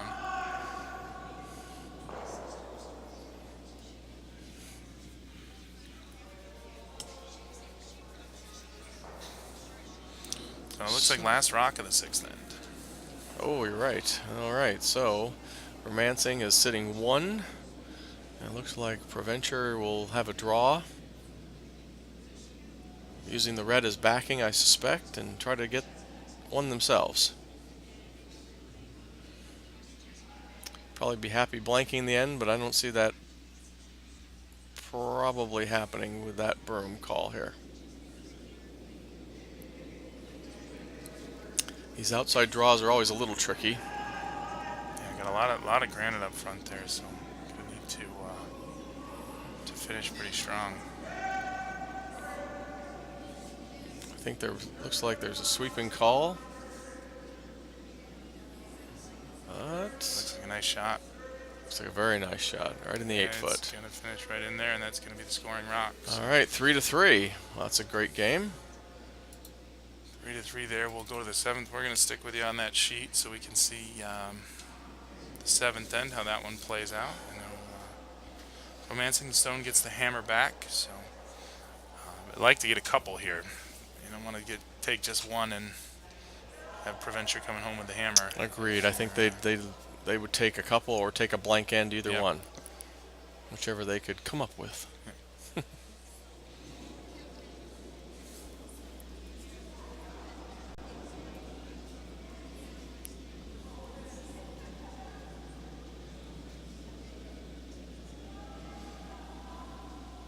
So it looks like that final on A was 9-1 Devlin. So well done, Devlin rank of Paul Devlin, Marnie Devlin, Don Peterson, Carol Ann Nisso. Well done, team.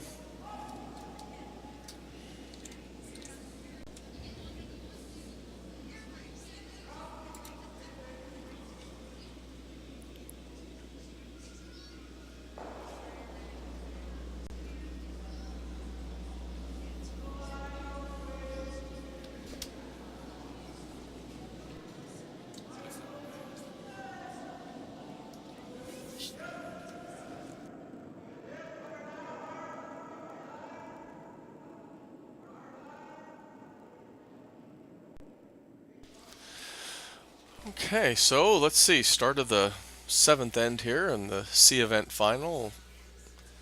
Canadian Week Bond Spiel. Nice guard by the Preventure Rink. Don Preventure, Lorraine Mansell, Marty Book, Val Personage.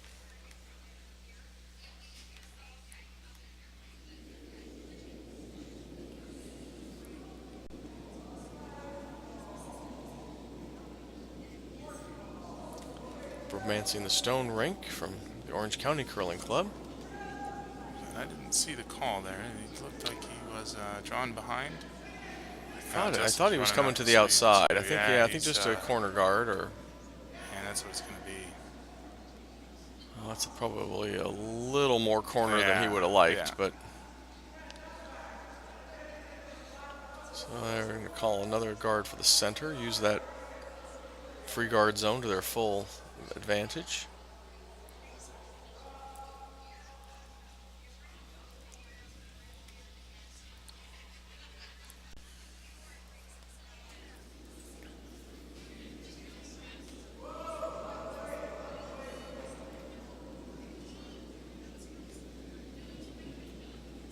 That stone's away, and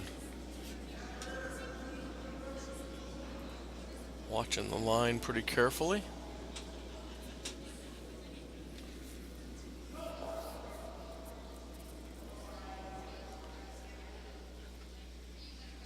And that looks to be just biting.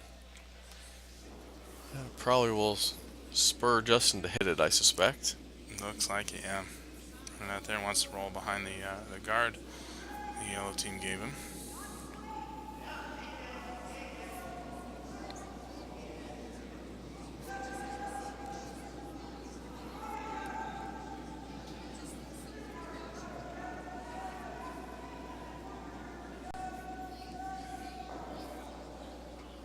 They're sweeping it hard, hard.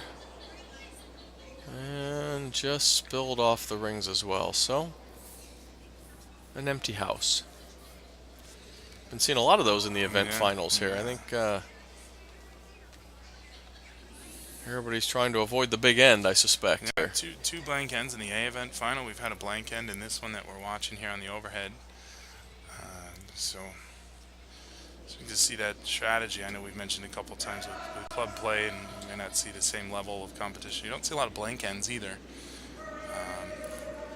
Well, I think it just doesn't play to it a lot because you get a lot of rocks in play. Yeah, I think in club play the skips often are thinking that calling hits is a little bit dicey. So maybe just keeping rocks in play and see how it goes is a better strategy. And if the draw happens to hit, so be it. So be it, absolutely. Yeah, and hits can be...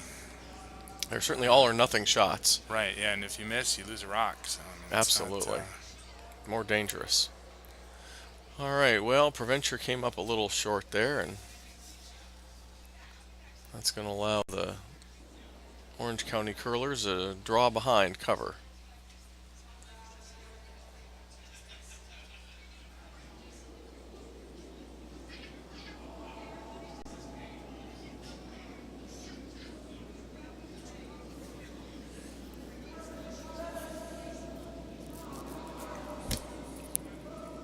think he likes the line.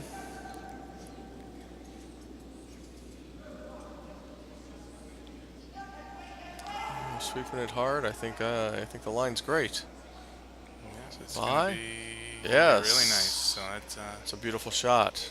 I mentioned the thirsty rocks theory, the other one, when we were in here doing the when Cass and I were doing the call for Mopac and she and Ryan days before. The thirsty rock theory was born out of my doing, but also the idea that if the skip gets into a crouch, starts putting his broom down where he wants the shot to finish, he or she probably likes it. And At least trying to check that line out anyway, since huh? we can't see hog to hog, Right. if the skip crouches down, we feel like it's going to finish as a strong shot, and that shot by Joel there certainly is one that Goes along with that theory? certainly corroborates it. I won't say it proves it, because Good point. I think you're probably right. And of course, I would never disagree with anything Cassie has to say. yes, that was. I don't know who came up with that theory. It wasn't me, but it all- certainly seemed to Be it fit. correct. It fit. Yeah. Excellent.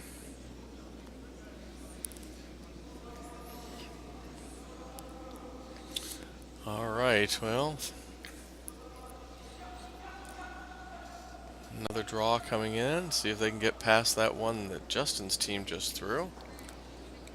Oh, I just clipped it and left it open. So again, I suspect that triggers the hit reaction button. Yeah, and the Red Rock's in pretty good covered up shape there, so Absolutely. I'm sure he'd like another one. gonna try to roll behind his corner guard. Absolutely. Either way is okay.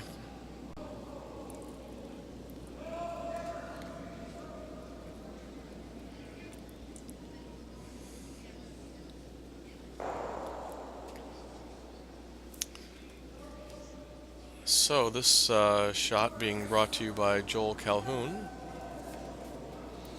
And we see on the top camera they're moving to the 8th end, it looks like, in the A event final.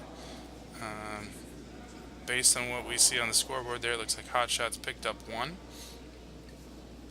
So coming back without the hammer, down 1, could be a bit of a tricky situation, but certainly being in the A event final, we'd be envious of that position. Absolutely. Maybe we should switch to that game for the 8th end. Sure, we'll watch the 8th end full on both cameras. And we can always catch the 8th end of the Romancing the Stone game here as they come back down. So 4-3 Hilderman.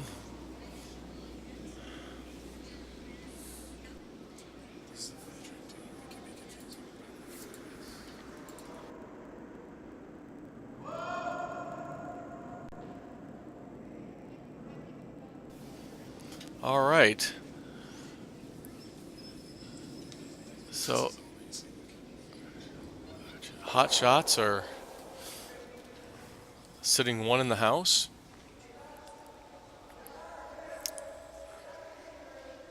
Certainly with the hammer here, up 1. Yeah, Hilderman's going to hit this. Yep, absolutely. We got to hit and roll off would even be fine. Doesn't have to be a stayer. Yep.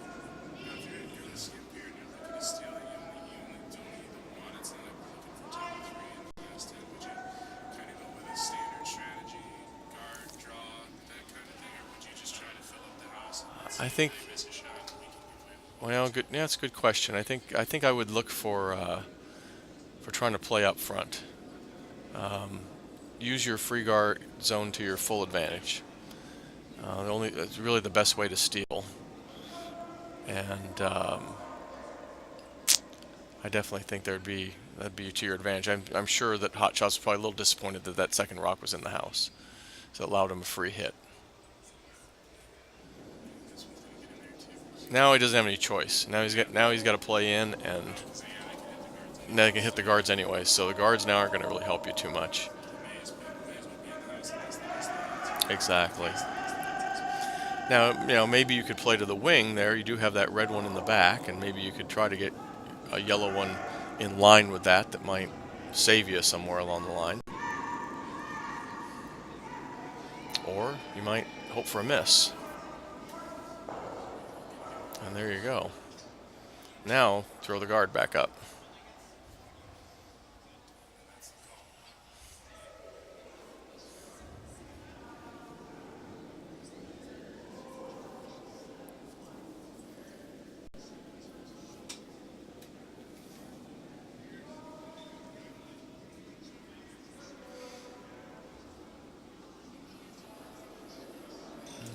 Watching that guard pretty careful.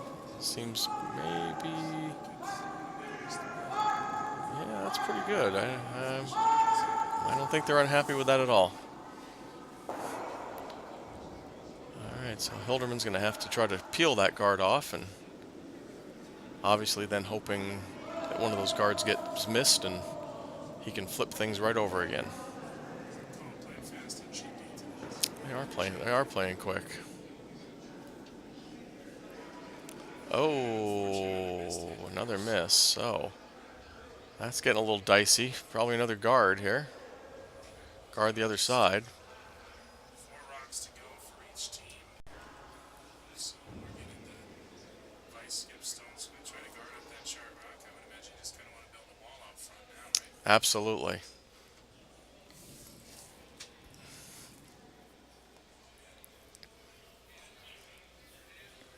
If you force them to either make a perfect draw or try to use their own rocks to clear out guards or make runbacks, at least you're making them work for it.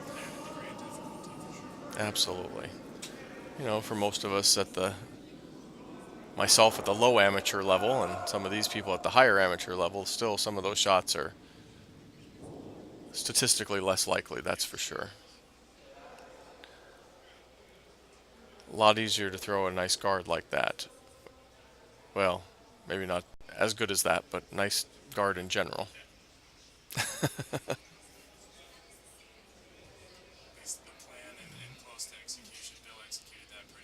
Very nicely done. And here comes another hit. Keep trying to clean things out. You sort of have a plan B of, okay, well, if you run it back and you double them off, okay.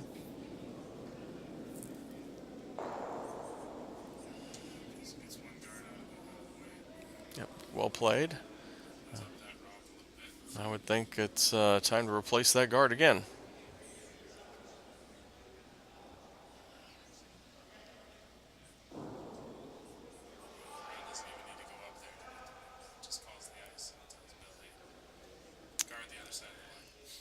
Exactly. Well, and that's nice that Bill Ben's an experienced player and an experienced skip as well. So he's, I'm sure, thinking right along with the skip as far as how the game is played.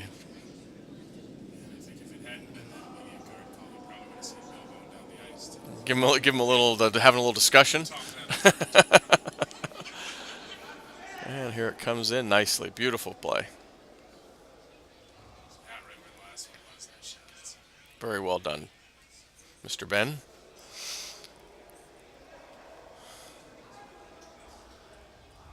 All right, so, yeah, forcing the action here. So we'll see who blinks first in the A final here in the 8th end.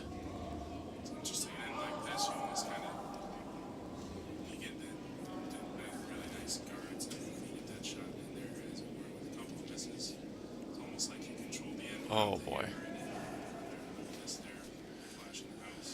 Oh boy. Well, that's definitely getting tighter here all the time.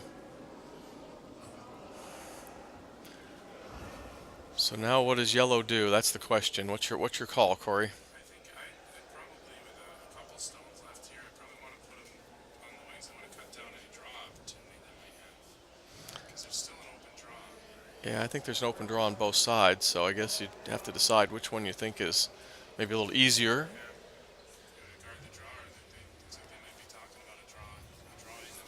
You certainly could. That'd be another option. But I think I like that top 12 there that he was just mentioning to his vice. We'll see what Bill's trying to talk him into. And it keeps you in a scoring position and cuts down the draw from that side. Absolutely. I mean, right now they got enough going on that they could actually even start thinking about stealing two and winning this thing. So there's more than one option here. Yeah, I hadn't really considered that to this point. That's talking about being an experienced skip. That's what you're seeing as you get to the late ends of the late stages of the end. Going, okay, now I can get two. Absolutely, certainly when you first start out, in the end, you're just hoping for one. But there could come a time where a two or a three starts coming into play, and gee, maybe if I make a really good shot, I could do it. Yeah, no reason to send the A event final to skip stones if you can avoid it, right? Let's end it now. That's right. Get Although the I low suspect ball they'd play an glasses. extra end in the final. I believe. I think so. Well, given the amount of time they have, they've saved. And they're ahead Yeah. on the ends too. All right, let's see. Bill's out there with him. Is he going to help him out? Nope. It's got enough.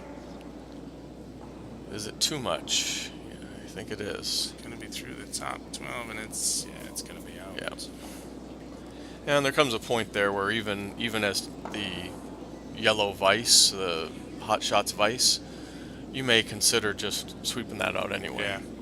You certainly don't want to give him a target in the 4 foot or 8 foot behind the tee line to stick one on you that you can't get out. So.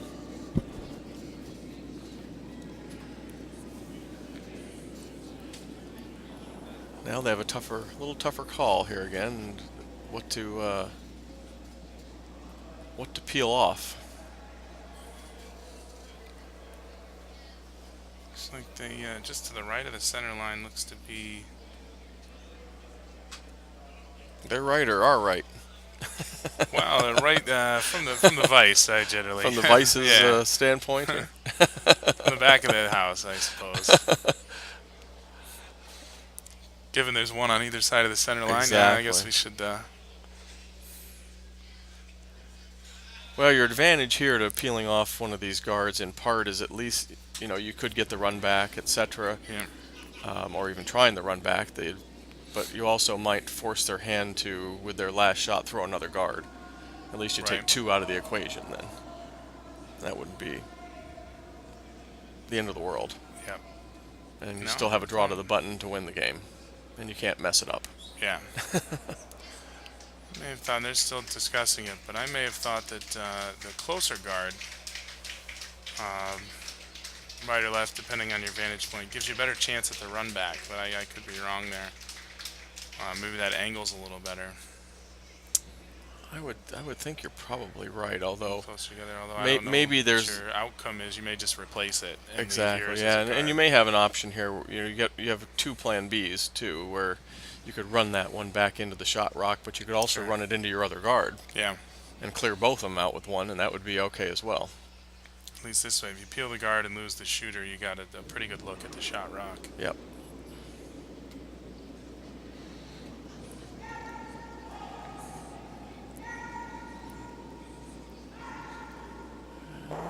Bang, bang. Right, oh, almost a triple. Both of them, so it's all right, well. very nearly the perfect shot, but still an excellent one.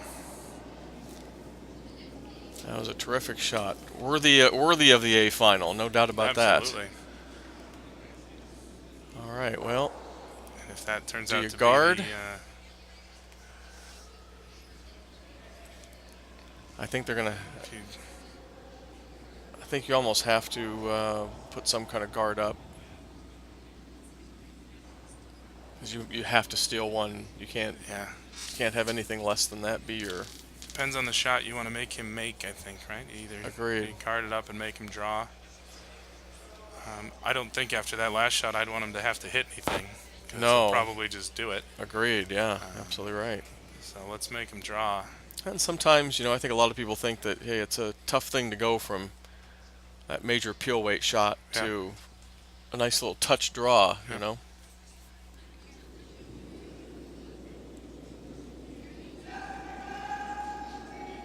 You could also do a little tap back, I suppose, if you weren't eager to draw, or guard, I should say. Looks like guard. Wait, Bill's going to help him sweep it. Yeah, I think they're trying to tap it back slightly. Yeah, going to get a bump. Yep.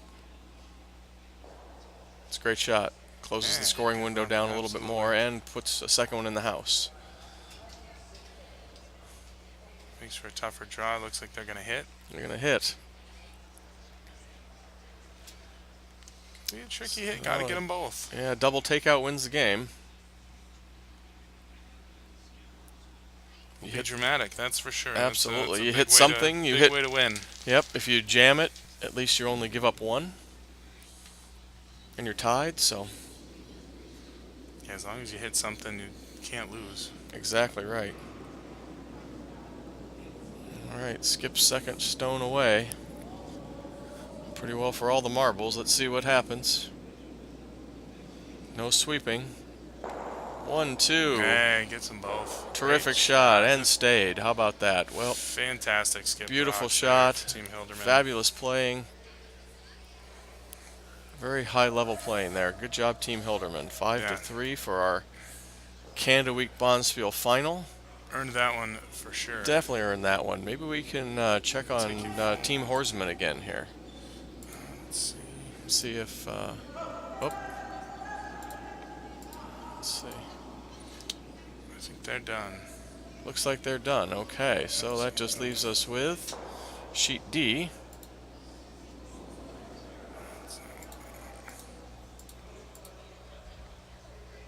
And the D event final, which I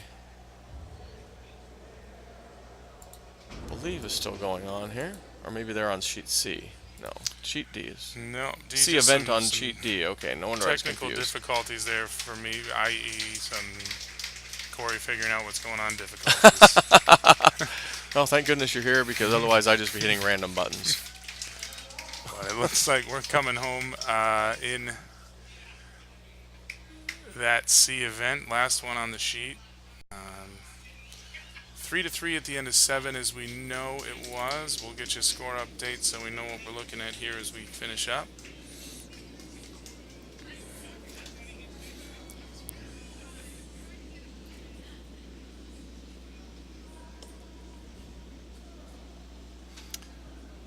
All right, well, Team Proventure with a little tap back,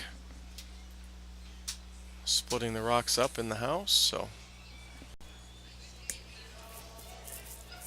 3-3 is what we have for the score here. So Spin you around to the other hack real fast. Apologize for the oh, you're going Linda Blair on us. that. We're going to just take a look as Joel's getting ready to shoot there. See if we can't get a look at the scoreboard and maybe get some insight. So it does look like Romancing the Stone has a Perhaps a 4-3 lead. Yeah, it looks like 4 hanging up on the 7th. So we'll go with that. And then as Joel prepares in the hack and delivers, we'll spin you back around. So 4-3, Romancing the Stone, guarding a lead here, and that means that Proventure's coming home with the hammer. Proventure's coming home with hammer. So it should be an interesting conclusion. I know we just saw a great finish on sheet B. Yeah, for the A final, that was an amazing shot. So a couple, just tremendous takeouts. I mean, if you're going to hit shots like that, then you're going to win a lot of games. Absolutely. Shake hands and go on. Yeah.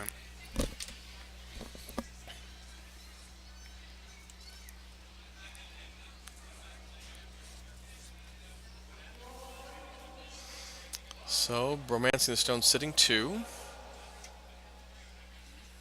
Some cover, although it looks like they can see enough of it to hit that outside rock and try to roll over really behind cover.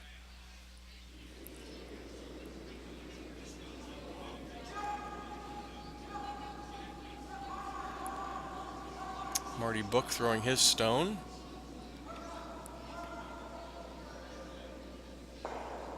And kind of replacing the guard, so not much change there. Yeah, at this point in an end, it doesn't really matter what color that guard is necessarily. It's that high, so. Agreed. All right, so he's thinking about tapping up his red rock.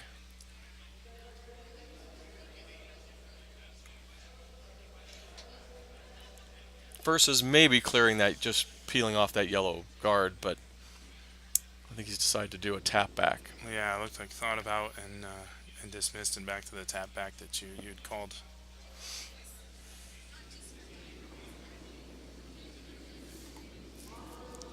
And that's another one too. I know these guys play together a lot. At least when they come here, they do. I think they play And together like we mentioned frequently. before, yeah, we lose to them a great deal on our ice here. We do indeed. They the hit. curling clubs. Well, they're a very fine curler. They play well. When talking about a tap back versus a peel, it's good to know your shooter, and Yeah, there's a little split up. That's it's a pretty split nice shot cover too. up.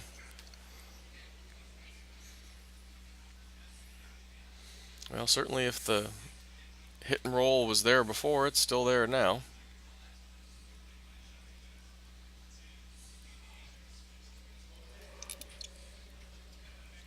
It's a pretty good way to get to the button.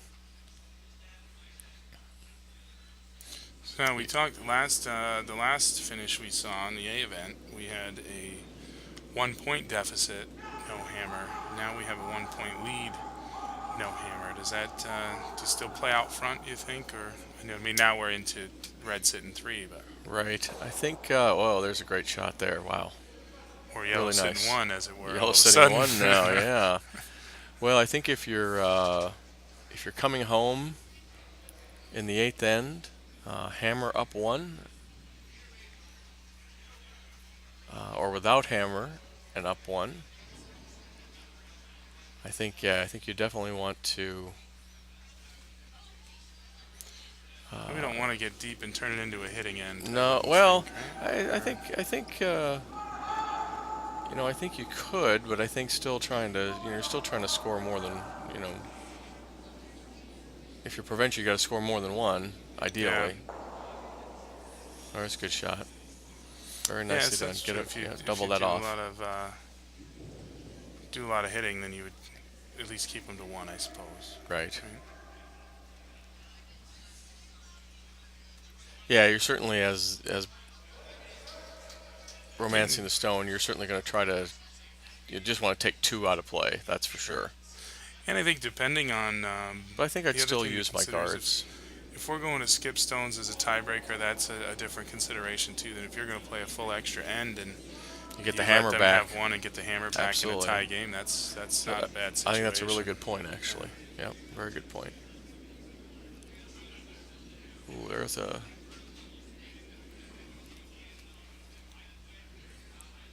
Tough shot there. So, I think Justin's just going to guard the shot rock now. I think he probably feels like that's the easier shot. If the Provencher rink could hit and roll off the other red stone, Yeah, absolutely. that's going to be a little tougher.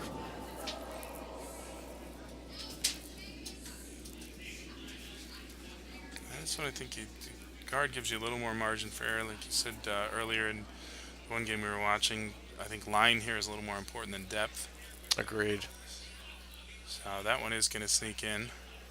That's okay. I But think. not bad. I don't think he's probably upset with that, because even if it's a rock that he would consider taking out, he still has his other shot rock on the edge of the 12 or edge of the 8 foot Sure. there.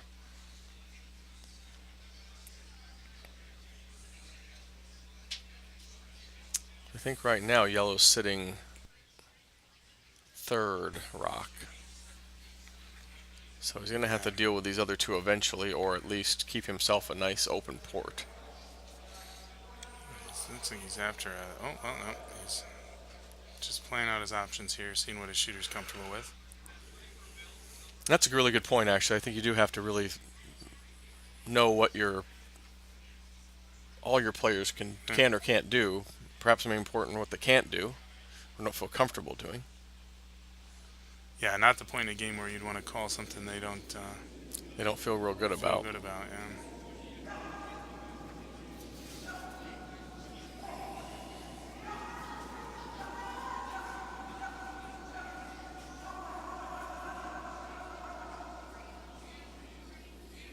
Well, there we go. They got one and rolled away. So Almost got a touch on that shot rock, but gets out the definitely a danger rock up there. absolutely. Perhaps another guard would be in play here. He's just got the skip stones now, so.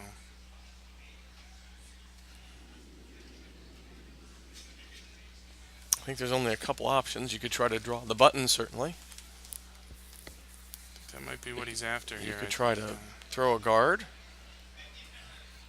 Guard your shot rock here, but I'm not sure that closes down the draw to the button that that preventer would need just to tie it. So I think maybe, like you said, Justin might draw to the button here just to put the pressure on.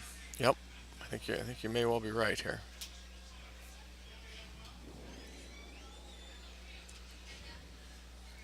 So you can guard it or you can close the port, one or the other.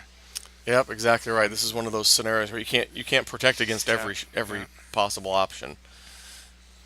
So what do you want to do? Well, we talked earlier about the draw being the aggressive scoring shot, and this is you know, you're stepping on the throat here a little bit if you hit the draw. So Yeah, you're certainly putting a good bit of pressure on the other team and their skip for their final rocks. So now you could have 3 rocks that you have to deal with before you can score.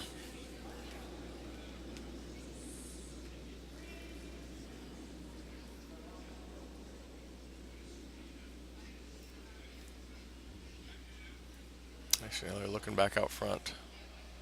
Perhaps that yeah, draw so came that up a is, little late. Yeah, I think that's the right call.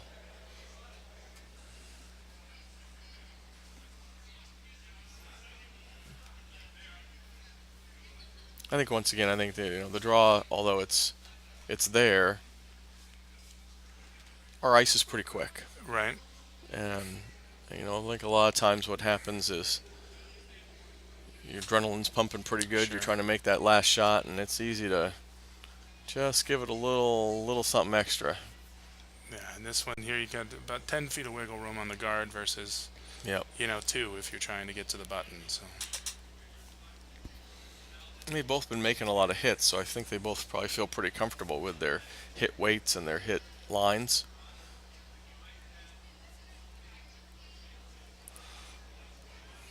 Now, certainly the flip side is now if you are a preventer, you get that draw right in to the button.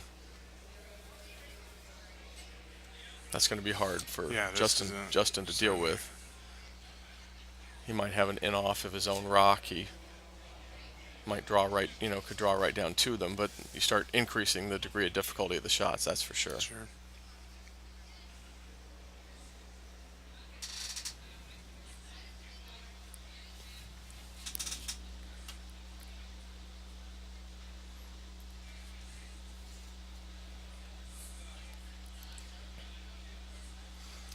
So let's see some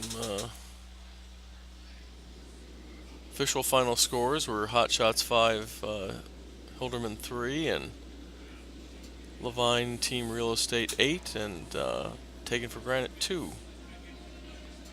And we're just here with the C event final on sheet D, end 8. Draw coming in for the first skip stone.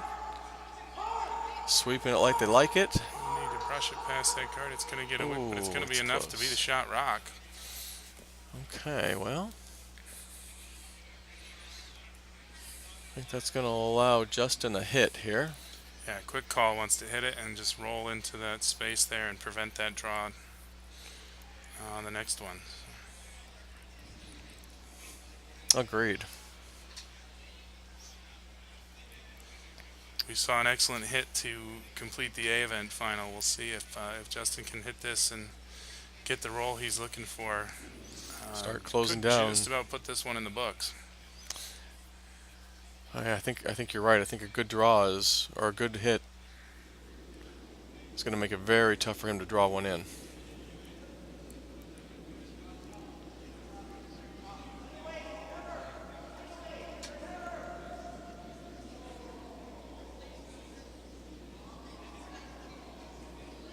All right, they look to have it and a little roll.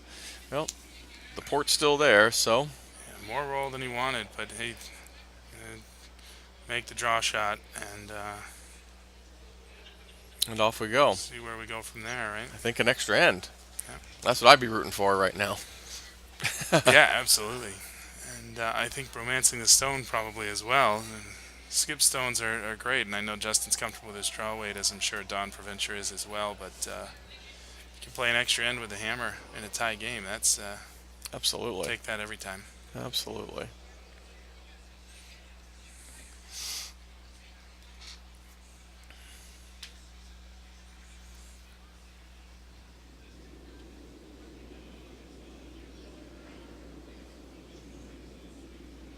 This is why your skip gets the big bucks. Drawn against 3, down 1, 8th end. Yeah, this is the shot they remember. You talk about the importance of early stones, but those ones are gone now. So It's true. Well, oh, sit, like sit, they left sit. the Brooms left it there. Ryan's gonna give it the brush, but it's gonna be Nice shot. Very well done. to tie the game up. Tied up 4-4. And now I think we're going to an extra end. I guess we're going to find out soon enough. They'll probably be consulting. We get some.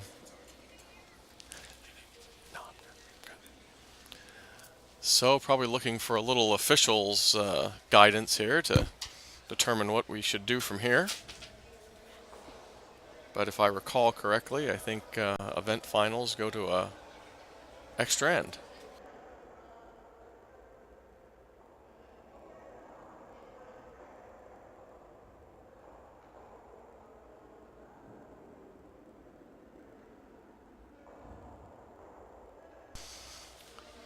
So I think we're getting some bonus curling here.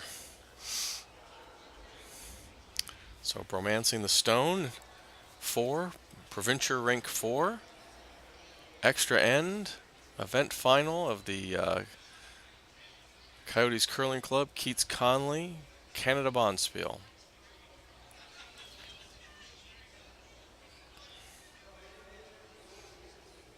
So Provencher will lead off here, and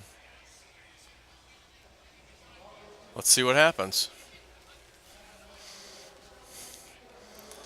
They're obviously looking for a steal of 1 here, so using the free guard zone would be wise. They'll certainly have 2 they could put up in front and use those later. I think that probably gives them their best chance to score and steal.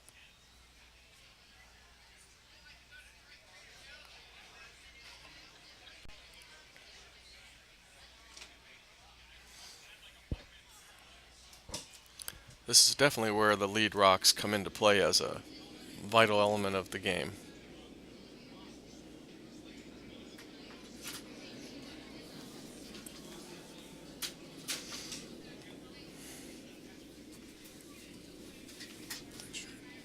Yep.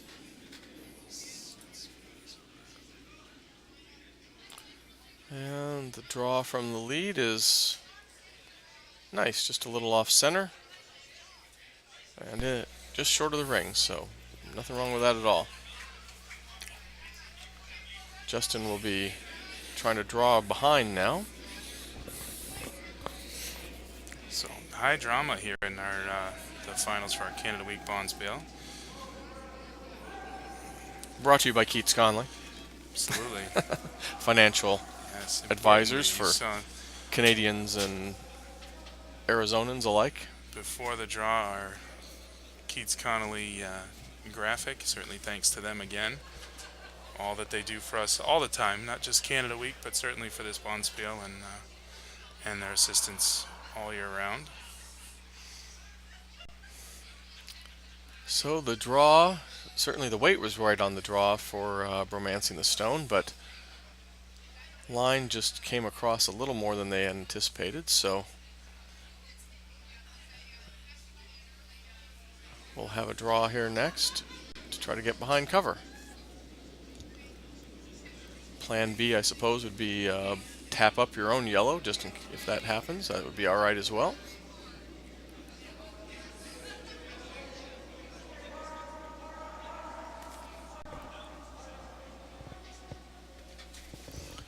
sweeping it pretty hard. Just a little bit short. All right. So A couple guards out there for yellow to start. First couple rocks. not bad to keep them out there. It gives you your, in the long run, that I think that gives you your best chance to score. But obviously, the Orange County boys are going to be getting first crack at that cover. Yeah, it looks like they're pumping rocks into the house here. It looked like Justin had a draw call there. I always feel like as I'm skipping, there's a shot in every end that's the game-changing shot. Yeah. And sometimes that comes early in the end. And I think if somebody gets a perfect draw or a perfect hit and roll like they're going to try right now, that could really change the fortunes of the end dramatically. Yeah, lots of cover there, so it could be a big switch here in this hit and roll. So Marty's throwing the rock down at the red one, looking for that roll under cover.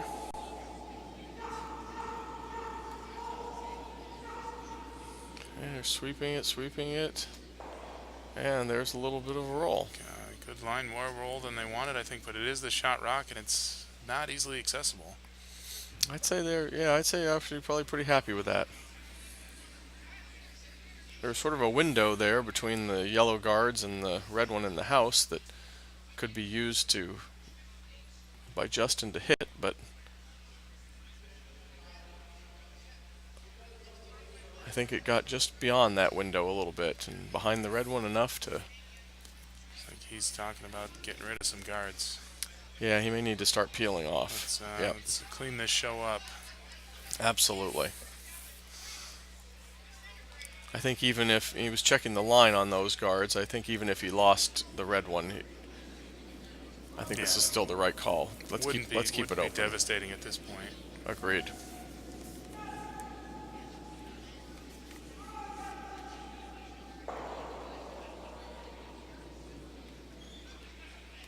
Well, kind of just replaced it just on a different side.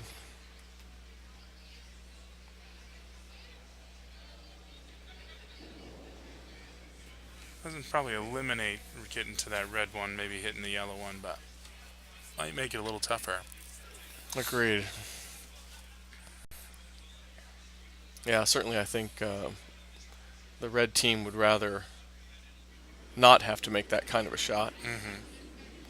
Way on the outside if they don't have to, although they made a couple of those against us this morning. On that, with that same sort of alignment. So there's the draw, but there's the plan B, which was the little tap. Trying to sweep that one inside of the red one, won't quite be able to do it, but not bad though. Keeping the pressure on. Yep. Somebody's going to make the perfect draw here, and that's going to change things.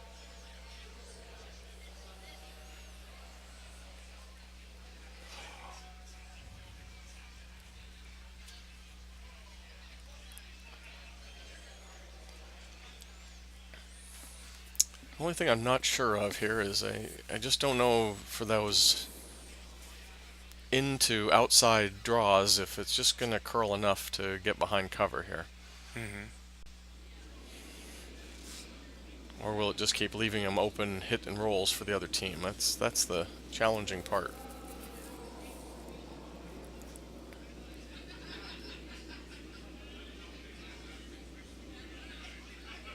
Yeah, so he wanted this one just to curl inside of the red one, or inside of the yellow shot rock, but it looks like it's a little heavy. Yeah, definitely staying a little heavy.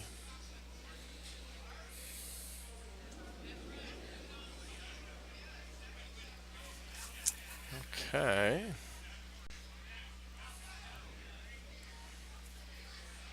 So once again, here comes the draw, huh? Looks like it. Draw, sitting one, trying to steal here in the last end.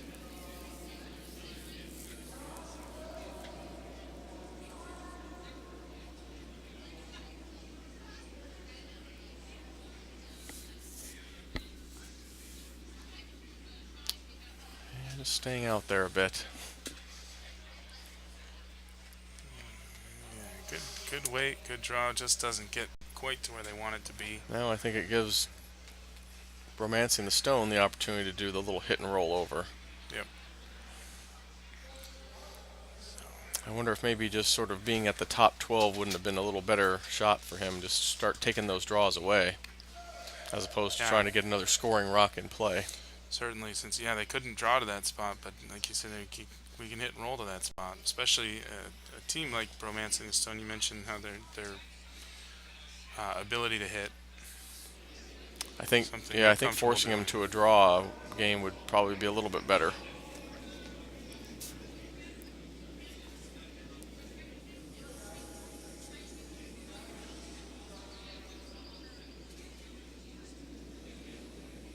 Whoops. Not a little heavy, a little wide. Enough there. You talked about the curl being a little funky that way. It is a little bit. So I think a little guard now in front. And that scoring area has shrunk. Most definitely.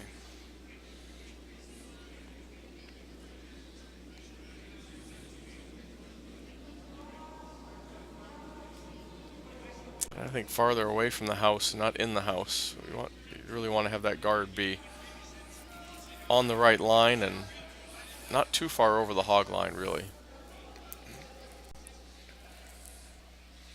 That's a terrific shot. Great shot. Yeah, absolutely.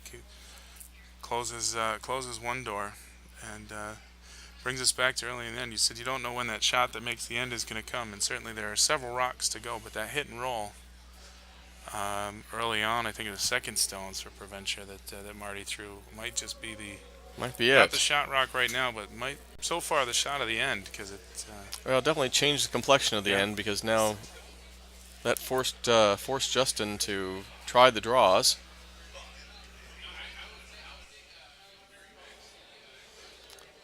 So he's going to peel some of this off,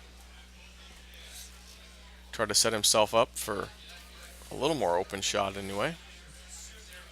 If he can clean it up and leave himself, he's of course got the last stone, so if he can clean it up and leave himself an open hit on that one at the top of the 4-foot, just hit and stick and win the game, that's probably what he's after right now. I think he would love that. I think he's still got to draw to the button at this point, coming around the open side, but that's obviously a little touchy.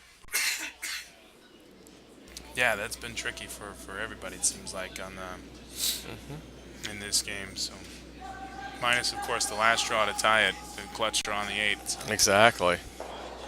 All right, well, there's a couple of them gone. I think it opens up the shot rock.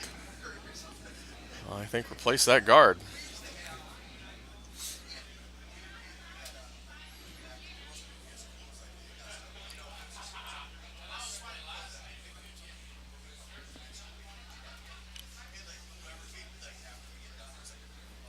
All right, down to first skip stones. Getting interesting. Another dramatic finish. Definitely coming right down to it. Certainly the 8th end was dramatic as well, so had some very nice curling going on here. Kind of makes me want to get out there and play a little more today. Yeah. It's still early. Let's let's we can still do it, right? Although my wife might want to go home, so she might beat me if I just told her I'm going to play another few ends. Just a couple. 8. Yeah, 8 or 9, depending on if we tie after 8.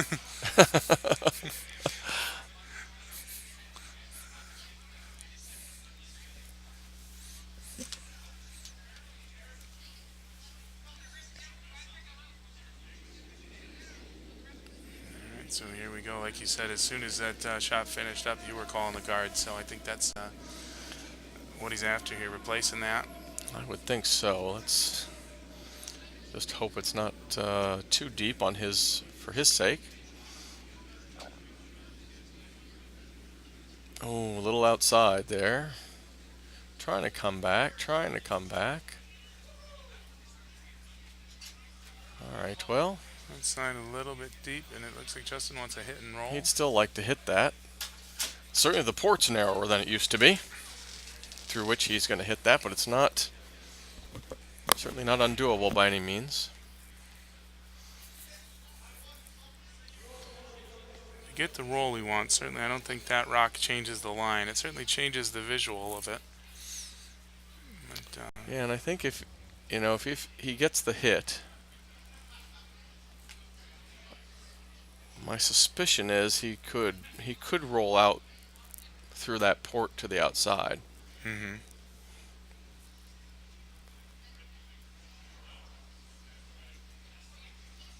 And if that happens, Provencher would still be sitting 2. Yeah, it could create a really tricky final shot.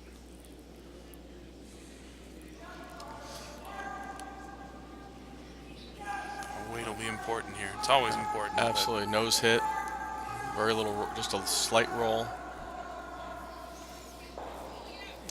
And there it goes through that port. That was what I was worried about there. So now it's 2, still for yellow.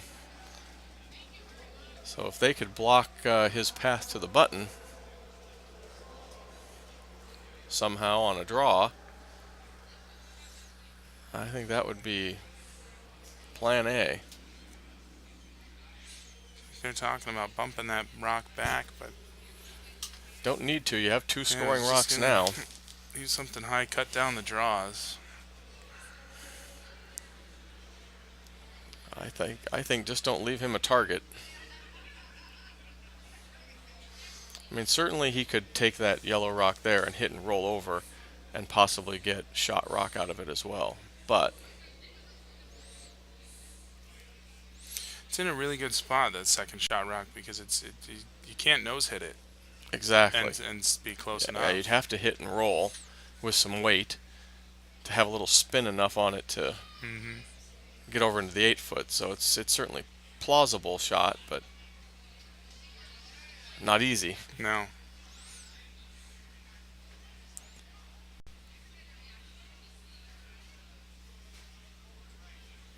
Definitely time of the game that demands the conversation here. Absolutely, and this is one where sometimes your vice, can really be a big advantage to you.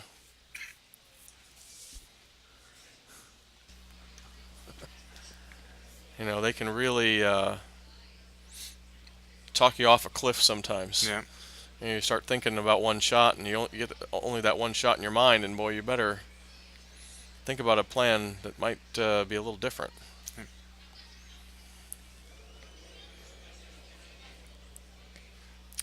Well, it's certainly a draw call here, I think. Just how deep they're thinking about putting it. Guard up, bump back. We need a telestrator in here. I think that needs to be our next change. We do need a telestrator, absolutely. Draw a little circle and the arrows. And absolutely, yeah. put a little circle up here, just the side of the center line. We'll just short of the house. Put us on TV in Canada anytime now. We're ready.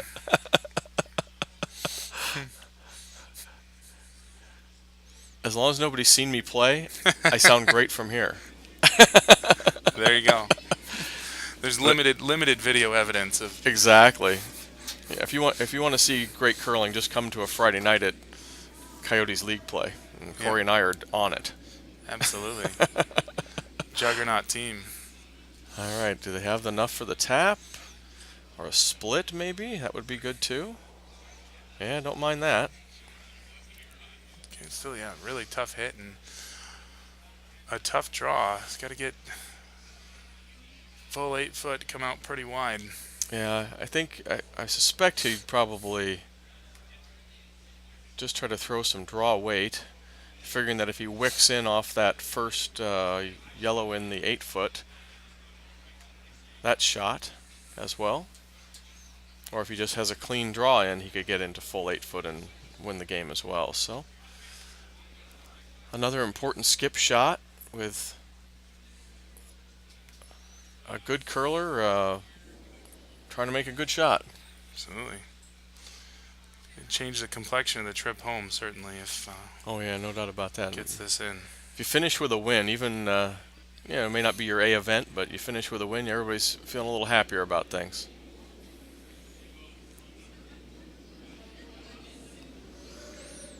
Yeah, I got a 5 to 10 minute trip home, so I'll have a pretty.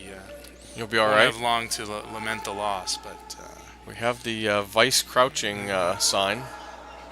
he likes it. Putting his hand Always, up. is he? Does he like it? Does he have He enough? does. Is he It's gonna enough. Stop, and that's just a fantastic shot. Great Excellent draw. shot, right to the tee line. Applause Very in well the warm done. room and warranted applause. All really right. nice shot to close that out and then Well win the done. C event. Well, they had tried that draw all day or all end, and they knew the line and made it. That was the time for it. You had to Well make done. one, right? So, Absolutely. All right. Well, nice shot, good finish. thanks for joining us here from the Coyotes Curling Club, Tempe, Arizona, for the KeatsConnelly Canada Week Bonspiel. Coming to a close, and I'm Jeff Baird, speaking for Corey Brown. Thanks a lot. We'll be back with more live curling soon. Thank you, guys.